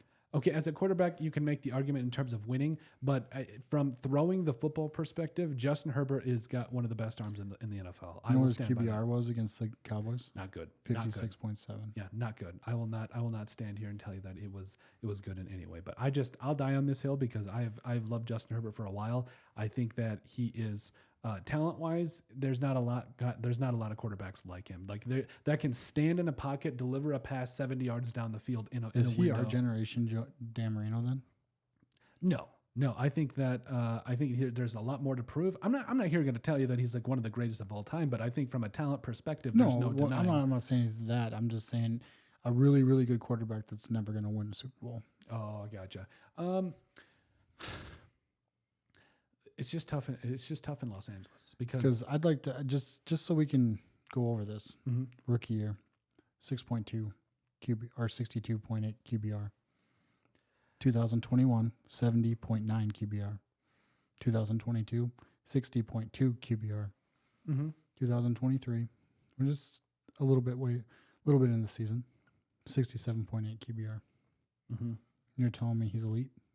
I think he is a top 10 quarterback in the NFL. Absolutely. Okay. Absolutely. I would take him over Aaron Rodgers without question. Right now at Aaron Rodgers. Well, yeah, Aaron Rodgers is hurt. But I mean, even a healthy Aaron Rodgers at this point in his career, absolutely. No question in my mind. And I will stand on that. I will stand and die on that hill. I'm sorry, but I feel like Justin Herbert. I mean, what did he do against the Vikings a couple of weeks ago? 85% quarterback rate. You just complained about the Vikings for 10 minutes. How bad their defense was. They've been figuring it out over the last couple. Yeah, so but that was week 1. Week 3. Week 3. Yeah, week 3. Yeah. But I get what your point is. I feel like here's my question though: how much of it is on the rest of the things around him, and how much is on Justin Herbert? I think it's premature to say that a guy that has shown flashes in the NFL. I think it's premature to come in and say that it's all on him. I think that you have to look at it from a team perspective. Okay, so this is what we'll do. I'm going to give you a quarterback. Okay. And you tell me if you'd rather have him or Justin Herbert. Yep. Okay. Lamar Jackson. Justin Herbert. Nope. Don't care. No. Give me 1 second. Okay. We can keep talking. Yeah. So that's if you're going to start this. When you said Lamar Jackson, how many playoff wins does Lamar Jackson have? He's going to win the Super Bowl this year. He's going to win. You're knocking on wood. Count it. Okay.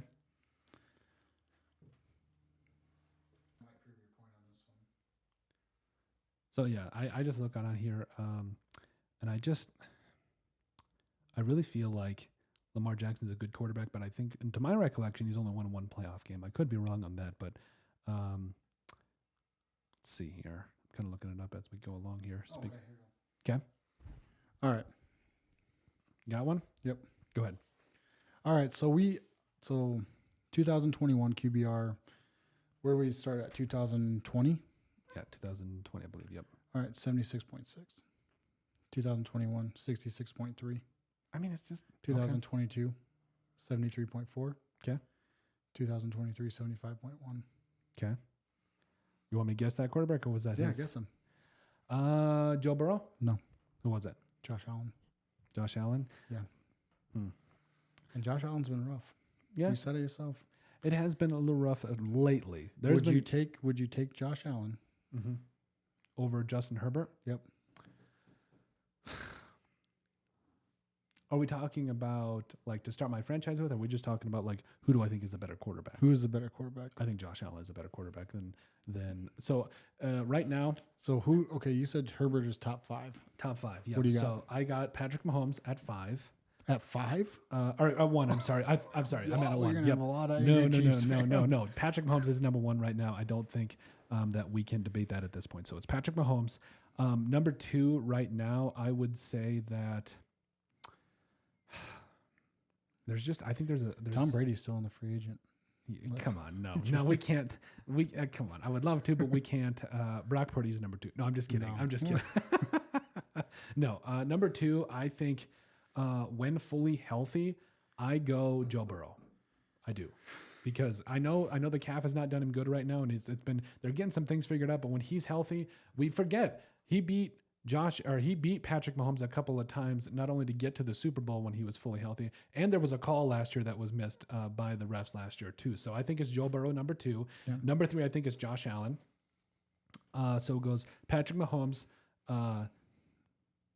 Joe Burrow, good Lord help me, and then Josh Allen. Number 4, I think that... You better say it. Hold on, I want to make sure I'm not forgetting it, because I know off the top of my head I'm going to forget somebody. I want to say it's Justin Herbert. Oh, no, it's not. Because, I mean, I'm looking at all these other quarterbacks. Like, I think it's got to be... I think it's got to be Josh Allen, Joe Burrow, Justin Herbert, and then I think after that it's Lamar Jackson. I think that's how it goes. So where did I go wrong? Tell me. Where's Trevor Lawrence fit? I think he's top 10. I would say 6, 7, 8 around there. Oh no.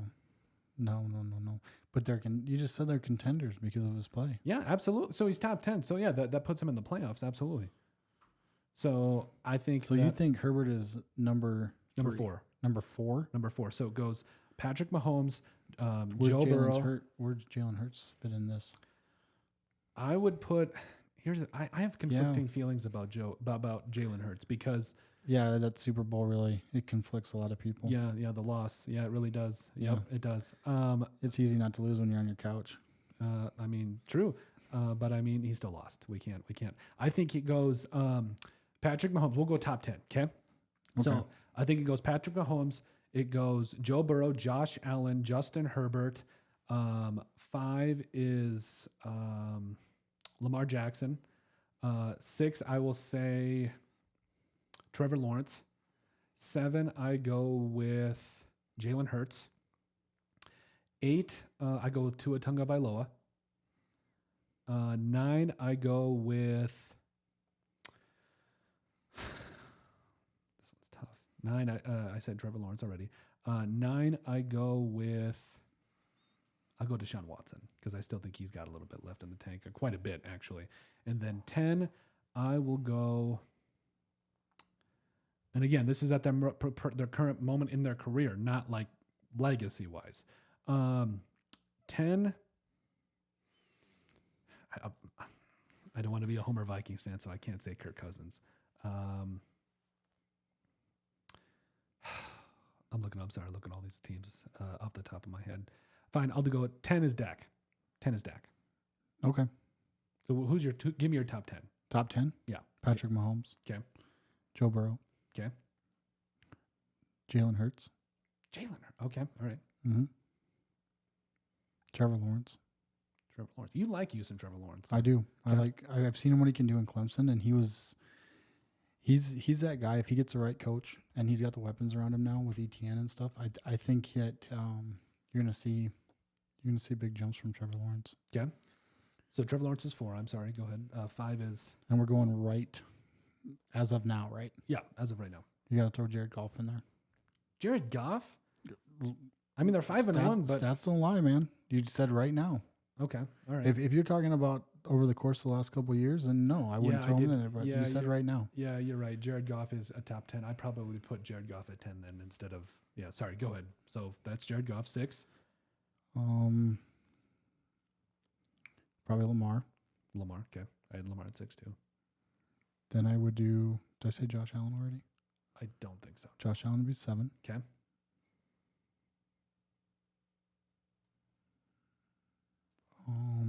Let me think. It's tough. Aaron Rodgers. At this point, he's injured though. It's like, and plus he's all right. Okay. Okay. I'll put Aaron Rodgers at 10. Tua at 8. Okay. And I shouldn't tell you how to do your list. I'm sorry. No, I get it. And just because this is my wife, Dak at 9. I don't even I get have it. Herbert in my top 10. You don't. I don't know if it's because of where he plays, because there's not a lot of media. I mean, there's a lot more things that are covered. If he's still in San Diego, maybe you hear a lot more about him. Yeah. Mechanic wise and stuff. Overall, I think he's a good player. I don't understand. Like, yeah, Allen got hurt, but he still has weapons and he hasn't done anything with them. Yeah. So if you're going to be elite, you got to be elite. Yeah, there's no excuse. Yeah, in the NFL, absolutely, there's no excuses. Let me ask you this. So we gave our top 10 right now. How do you feel about doing NFL power rankings right now? I'd do it. Okay. All right. So, because I know this is a segment one of my viewers want me to bring. So we'll go with 32. Who's the worst team in the NFL? I say Chicago Bears right now. Yeah, I have to agree. Okay. 31. Arizona Cardinals. Yeah, because they were going to be my pick. Otherwise, I like the Bears.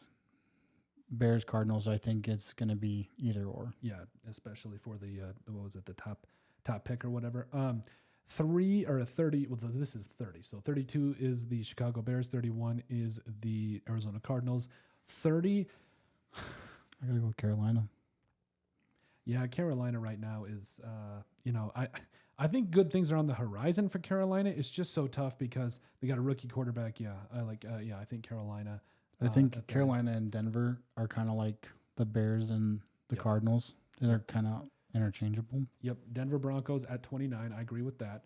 And then after that, so after the Denver Broncos, 1-5, and some of this is going to get spicy. I know it is. Throw it out there. I want to say the Titans. Oh, I thought you were going to go with the Patriots. No, I did forget about the Patriots. You're right. Yeah, I would have to go Patriots over the Titans. 28 will go the New England Patriots. Okay.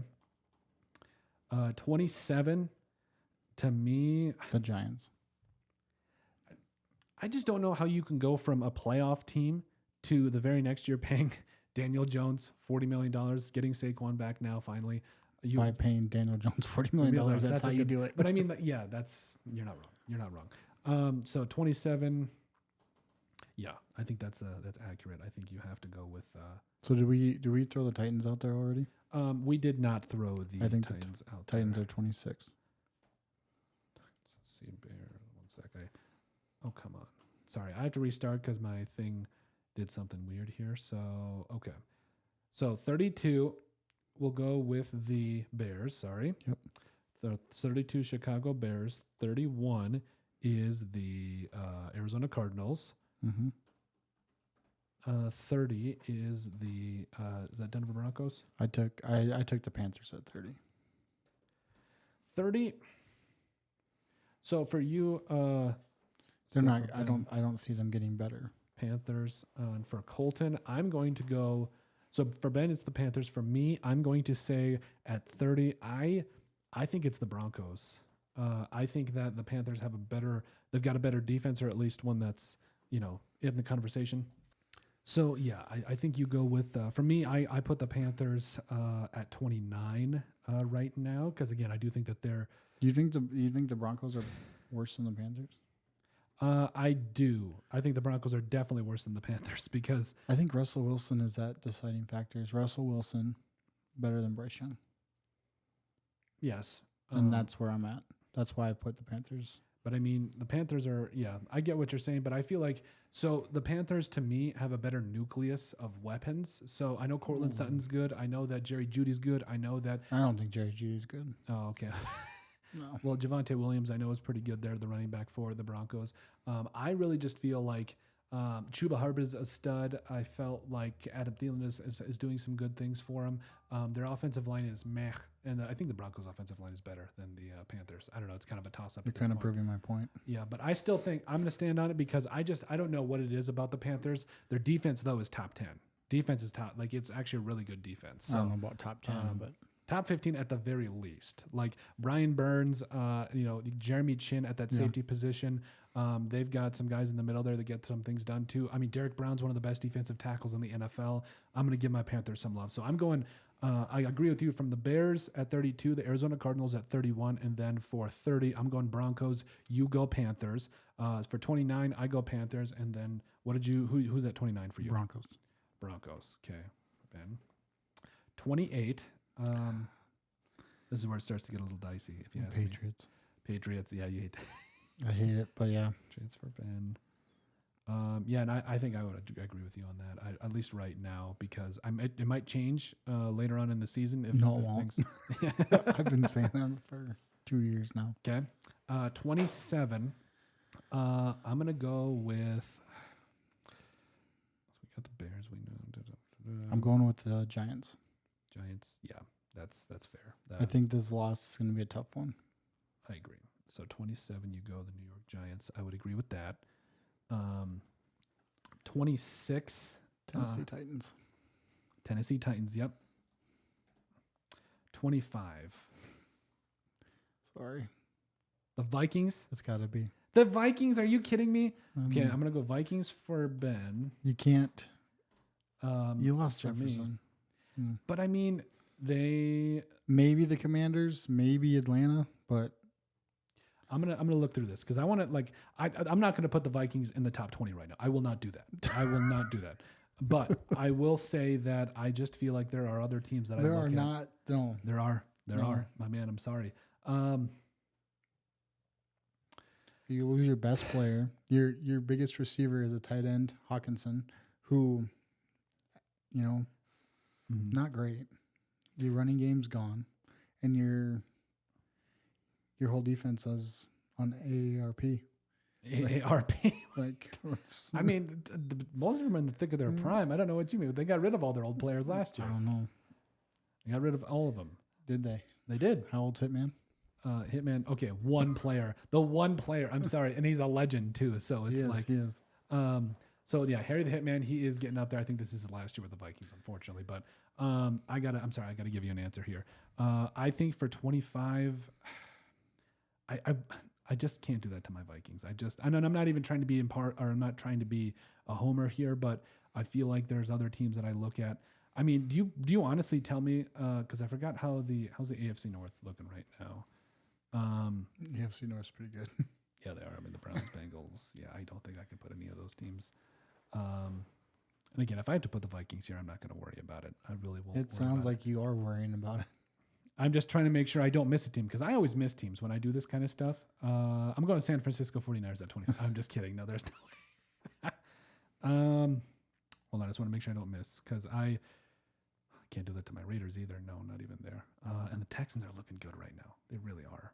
So, yeah, I think I hate to admit it, but for right now, I will concede. I will say the Vikings too for 25 right now. But I think if they can continue to put things together, things could be pretty interesting, especially with the rest of their offense. 24. Atlanta, just because of the quarterback play. Okay. I'm going to go with the Steelers right now. Whoa. Yeah. So 24 at That seems a little extreme. For Ben and Steelers for Colton. As long as TJ Watt is healthy, you cannot put the Steelers in the top 20. I just really feel like it's all about quarterback, right? We just had that discussion. Like your team is really important for you, but your Kenny Pickett, like he doesn't wow me. But they get Johnson back this week too. Do they really? Because he's actually on my IR for my fantasy team. So kind of was it Deontay Johnson? Yeah, Deontay. He was good in week 1. He only played he didn't play very many snaps. He had 3 catches for 48 yards right away. So you're still going to put him.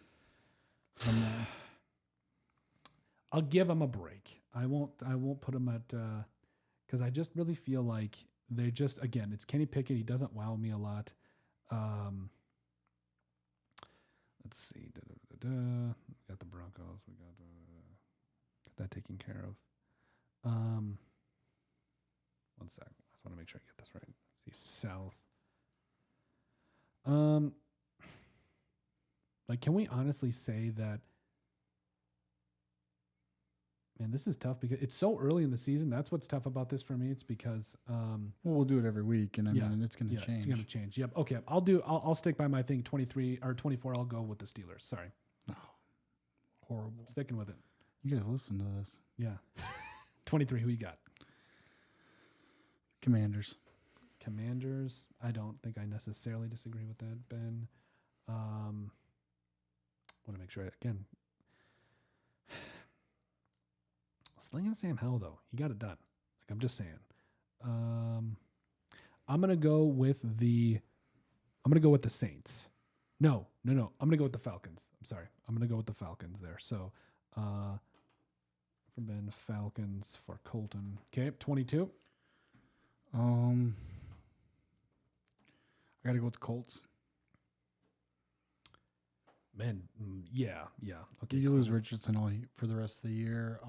You haven't seen anything from the running back play. I mean, it could change all next week. The running backs, they've been pretty studly. The Zach Moss. Not this week. Or not this week. That was bad this week. But Zach Moss is a good.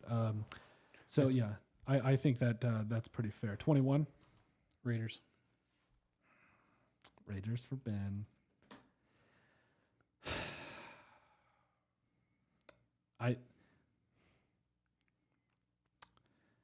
I'm going to go the Rams right now.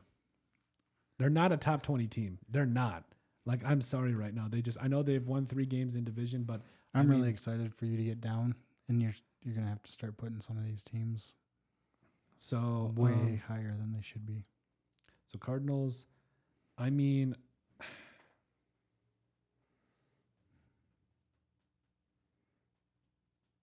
I might switch some of these around too.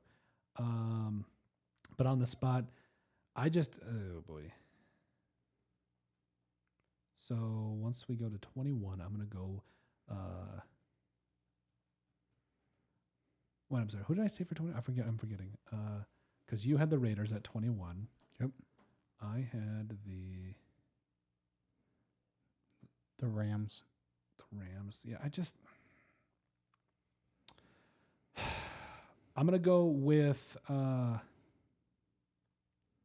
even do the Texans because they're playing pretty well right now. They just got a big time win. So I'm going to go, my Raiders but my Raiders have won a couple games in a row now. Can I do that though? Because it is against tougher teams. So fine. And since we've missed, this is my fault. Since we've missed a couple of weeks, I'll match you at the Raiders at 21. But if they keep winning, especially against better teams, I'm putting them up. You can't tell me no. Raiders for Colton. 20. This one is where gets a little dicey. Yeah, I'm gonna go with the Saints. Saints at 20K. Saints for Ben. For Colton, I'm gonna go.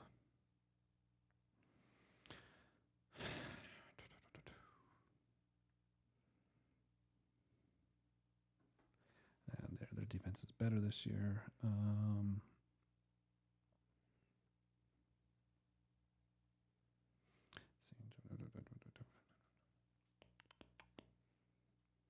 Trying to be calculated, you can't be too perfect with this kind of thing.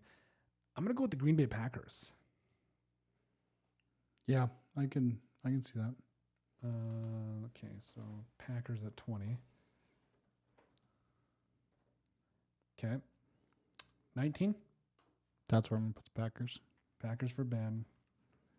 And I'll put the Saints. Because I just really feel like the Saints are a better team. So defensively the Packers got him, but from the quarterback perspective, I just don't know. I think the Saints are the better team. 18. Steelers for you. And for me,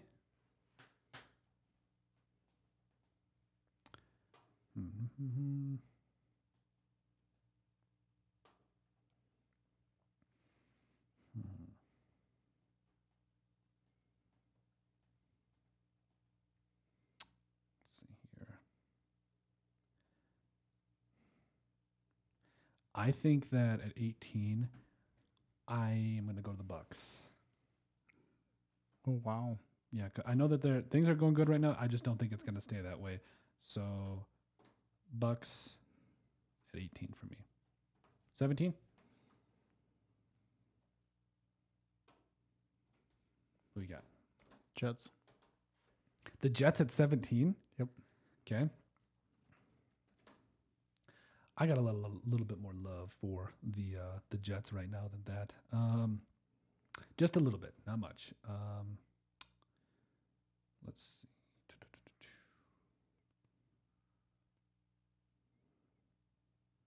Oh. What's up? Sauce was out. Sauce was out. Oh, okay. Sorry, guys. Yeah. I think for this particular one, I already went with the Bucs. Okay, so I'm going to take care of there. I can't do that. I'm sorry. I just give me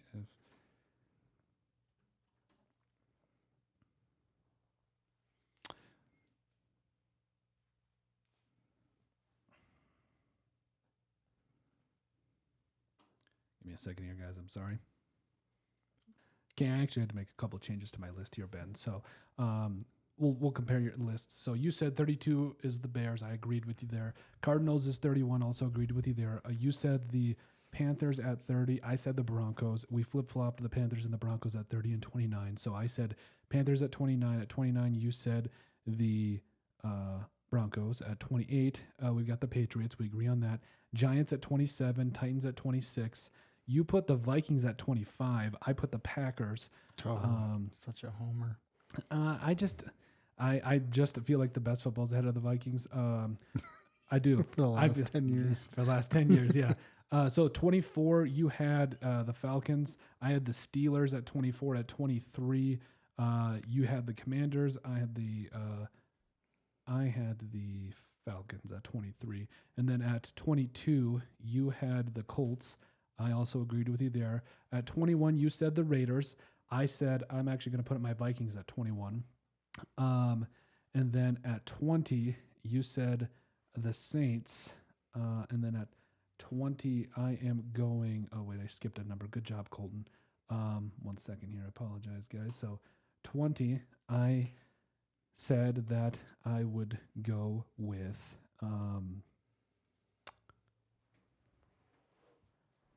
I'd go with the Saints at 20. Saints at 20. And so then at 19, I have the Raiders. You had the Packers. 18, I had the Saints. You had the Steelers. 17, you had the Jets. I have the Seahawks. Yep, that's right. Okay.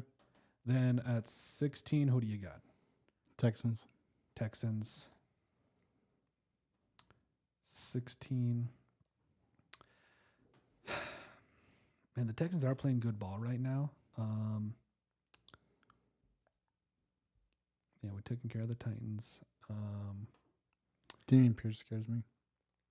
I just feel like he's going to get it together. I believe that. I full-heartedly believe that. You know, if you were your optimism is it's off the charts some days. It really is. Commanders, Giants. Yeah, I got to put up the Eagles and Cowboys higher, clearly. Or use the Seahawks. Let's see. Packers, Vikings, Bears. Yep. Okay.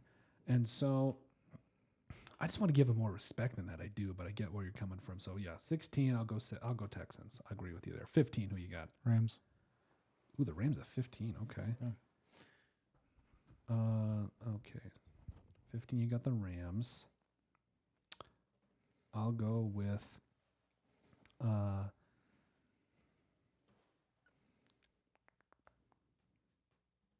I'm going to go with the Bengals at 15. Okay. Who do you got at 14? Chargers. Okay. 14. I'm going to go with, and I made to make some changes last second here, but not a lot because I'm pretty confident where I'm at right now. But I believe I wanted to say, I'll be fair because I wanted to put the Bucs a little lower, but I will put the Bucs here at 14. Who do you got at 13? Seahawks. Seahawks. Geno's done. Okay. 13. I'm going to go with... Can't say that because I got to put them in the top 10 because I do believe they're contenders. The Vikings. No, I already put them at 20 or 19 or wherever. I'll go Chargers here. I'll go Chargers here at 13 because I mean I know it's a tough loss, but I just don't know what's going to come of Brandon Staley. 12. Tampa. Bucs. Okay. Yep. 12. I'm gonna go.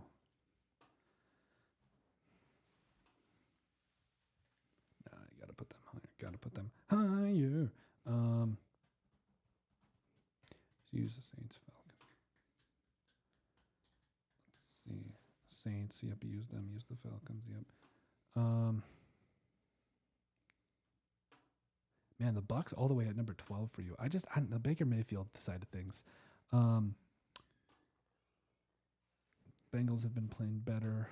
Yeah, the Ravens are killing it. I'm going to go with the Browns at 12. See, I'm going with the Browns at 11. Okay. 11, you got the Browns. And I'm going to go with...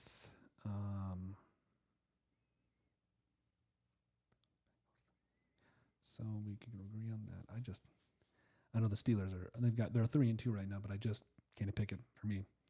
Right now, I'm going to go with, I know the Jets don't deserve this, but I'm going to go with the Jets at 11 because I just feel like this defense is, I'm telling 11. you. 11. I'm going to the Jets over the Browns, over the Chargers. I mean, if you look at right where they're at in the division 11. right now, they're only a game behind the Bills. They're beating the Patriots by a couple games. Everybody is. Yeah. Okay. We're not the bar anymore. 10. Who do you got? Your top 10. I'm going to say the Bengals. Bengals. Just because there's so many good teams. Like I said, I might definitely have to. Wait, where the heck did I put the Bengals? I put them at 15. Might get some flack for that one. For me, I'm going to go at 10. Yeah, let's hear this. This is tough. Yeah. Can't go Bills. No, they're definitely higher than that. I'm going to go Jaguars at 10. Jaguars at 10. Okay, 9. Dallas. Cowboys. Dex still, the defense is there. That's why they're top 10. Agreed. Dex plays too inconsistent to be any higher. 8, because I agree with you on the Cowboys. 8. Let's say the Bills. Same thing. Josh Allen needs to play better. He needs to play consistent. Wow, the Bills. And let's be honest, they should have lost to the Giants. Or at least went into that game should have been different. Mm-hmm. I'm going to go the Dolphins at 7. Or at 8, sorry. I'm terrible at math. Dolphins at 8 for me. Who do you got at 7? The Ravens. 7, you got the Ravens. For me,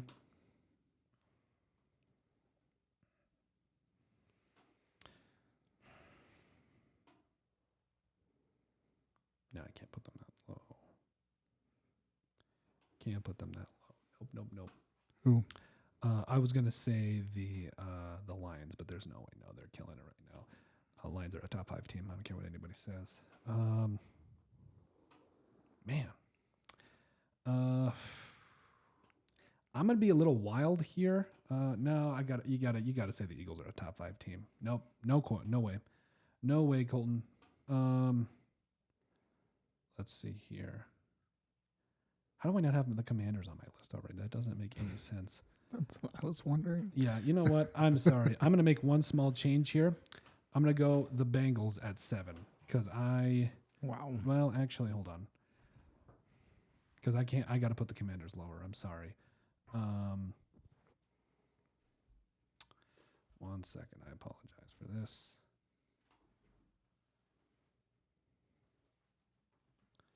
Okay.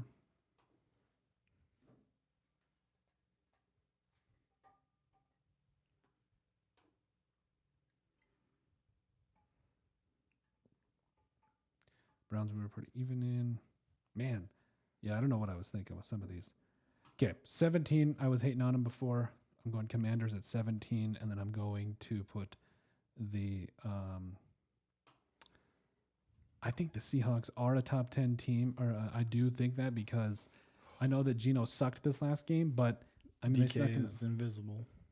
I mean, for this last game, yeah. I'm sorry, but I don't know. They got too many weapons. I think their defense took a big step forward. 6. Who do you got? This is not going to be well received. I'm going to say the Dolphins. 6. Dolphins at 6. Okay. Dolphins at 6. I'm going to go the Bills at 6 because they beat the Dolphins earlier. So, sorry. Number 5. They shellacked the Dolphins. Kansas City. What? Yes. Kansas City at 5? Are you insane? Nope. Whatever you're drinking, I might want to double. 5, yeah, the Lions are just a top 5 team right now. Wait. So are we talking Kansas City with Taylor Swift in the building? Oh yeah, Taylor Swift in the building. They're number 1. They're not going to get beat the rest of this. I think that's why I got to put them at 5 because I'm just tired of hearing about it. I don't disagree with you.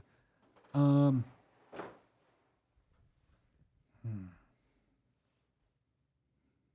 going to go with at 5. That's just tough though. 5. I'm going to go Ravens. Okay, I respect that. Okay, 4. Jacksonville. You said they weren't contenders, and now you put them top 5? Yeah. Okay, fine. Oh, wait, did I do that too? Because I've been loving on the Jaguars, so that would make some sense. So Jaguars, okay, I'll agree with you there because I do think that they are contenders. 3. Eagles. Ooh, yeah. 3.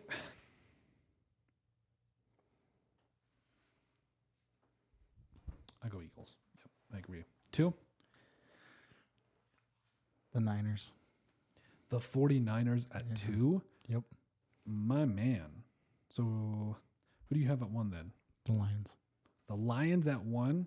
I'm sorry. I'm going to put the Lions at 2, and I'll put the 49ers at 1. I don't care about Christian McCaffrey and the injuries. They're going to be fine. If they're healthy and on the field with that defense, I think they're one of the toughest teams in the NFL. So we'll recap this, and then we can kind of give our thoughts to kind of do it. So 32, Chicago Bears, we agreed on that. 31, Arizona Cardinals, also agreed on that. For 30, you said you had the Panthers. I had the Broncos. For 29, you had the Broncos. I had the Panthers because I think they're a little bit better of a team. We agreed on the Patriots at 28. 27, both had the Giants. 26, Titans, yes.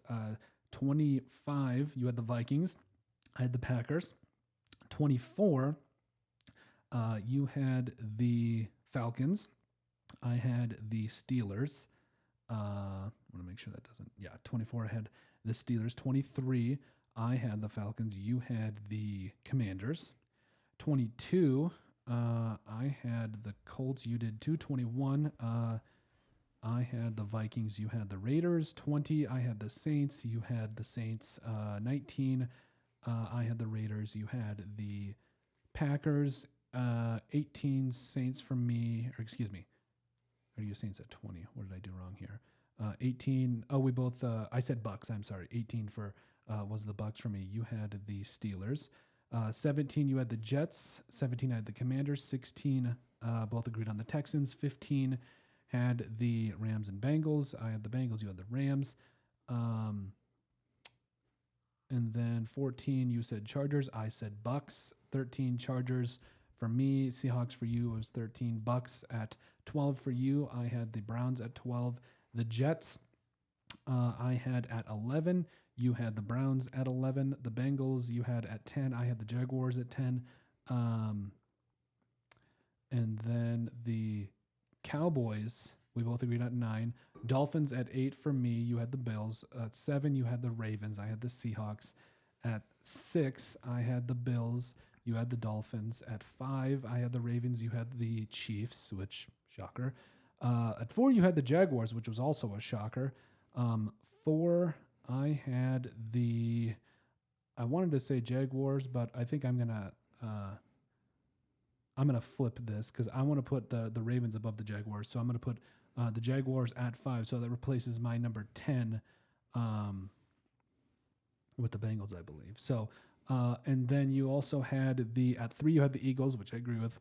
And then you swapped the Lions and the 49ers. I still have the 49ers as the best team in the NFL. I know that Brock Purdy and Jared Goff, it's going to be fun when it's all said and done. So, because I think that Jared Goff is going to show that the Lions are for real this year. They're going to easily make the playoffs. After that, we'll see how everything ends up. So how do you think how things ended up? I agree with everything I said. Yeah. And with me, I understand it completely, but that is our power rankings for week, what is it, 6, 7? 6. Yeah. 6. So week 6 power rankings. We'll be back next week for another one. Anything you'd like to add before we get out of here? No, I just think you really like the Vikings. Hey, I think I'll stand by it. I think the best football is ahead. But hey, that's our power rankings for week 6. We'll come back with next week to see maybe how potentially, hopefully, not how far the Vikings fall. But Ben, I got to say it was a lot of fun doing this first one. I appreciate you for coming on, and we'll see you next week. Sounds good. Thanks for having me.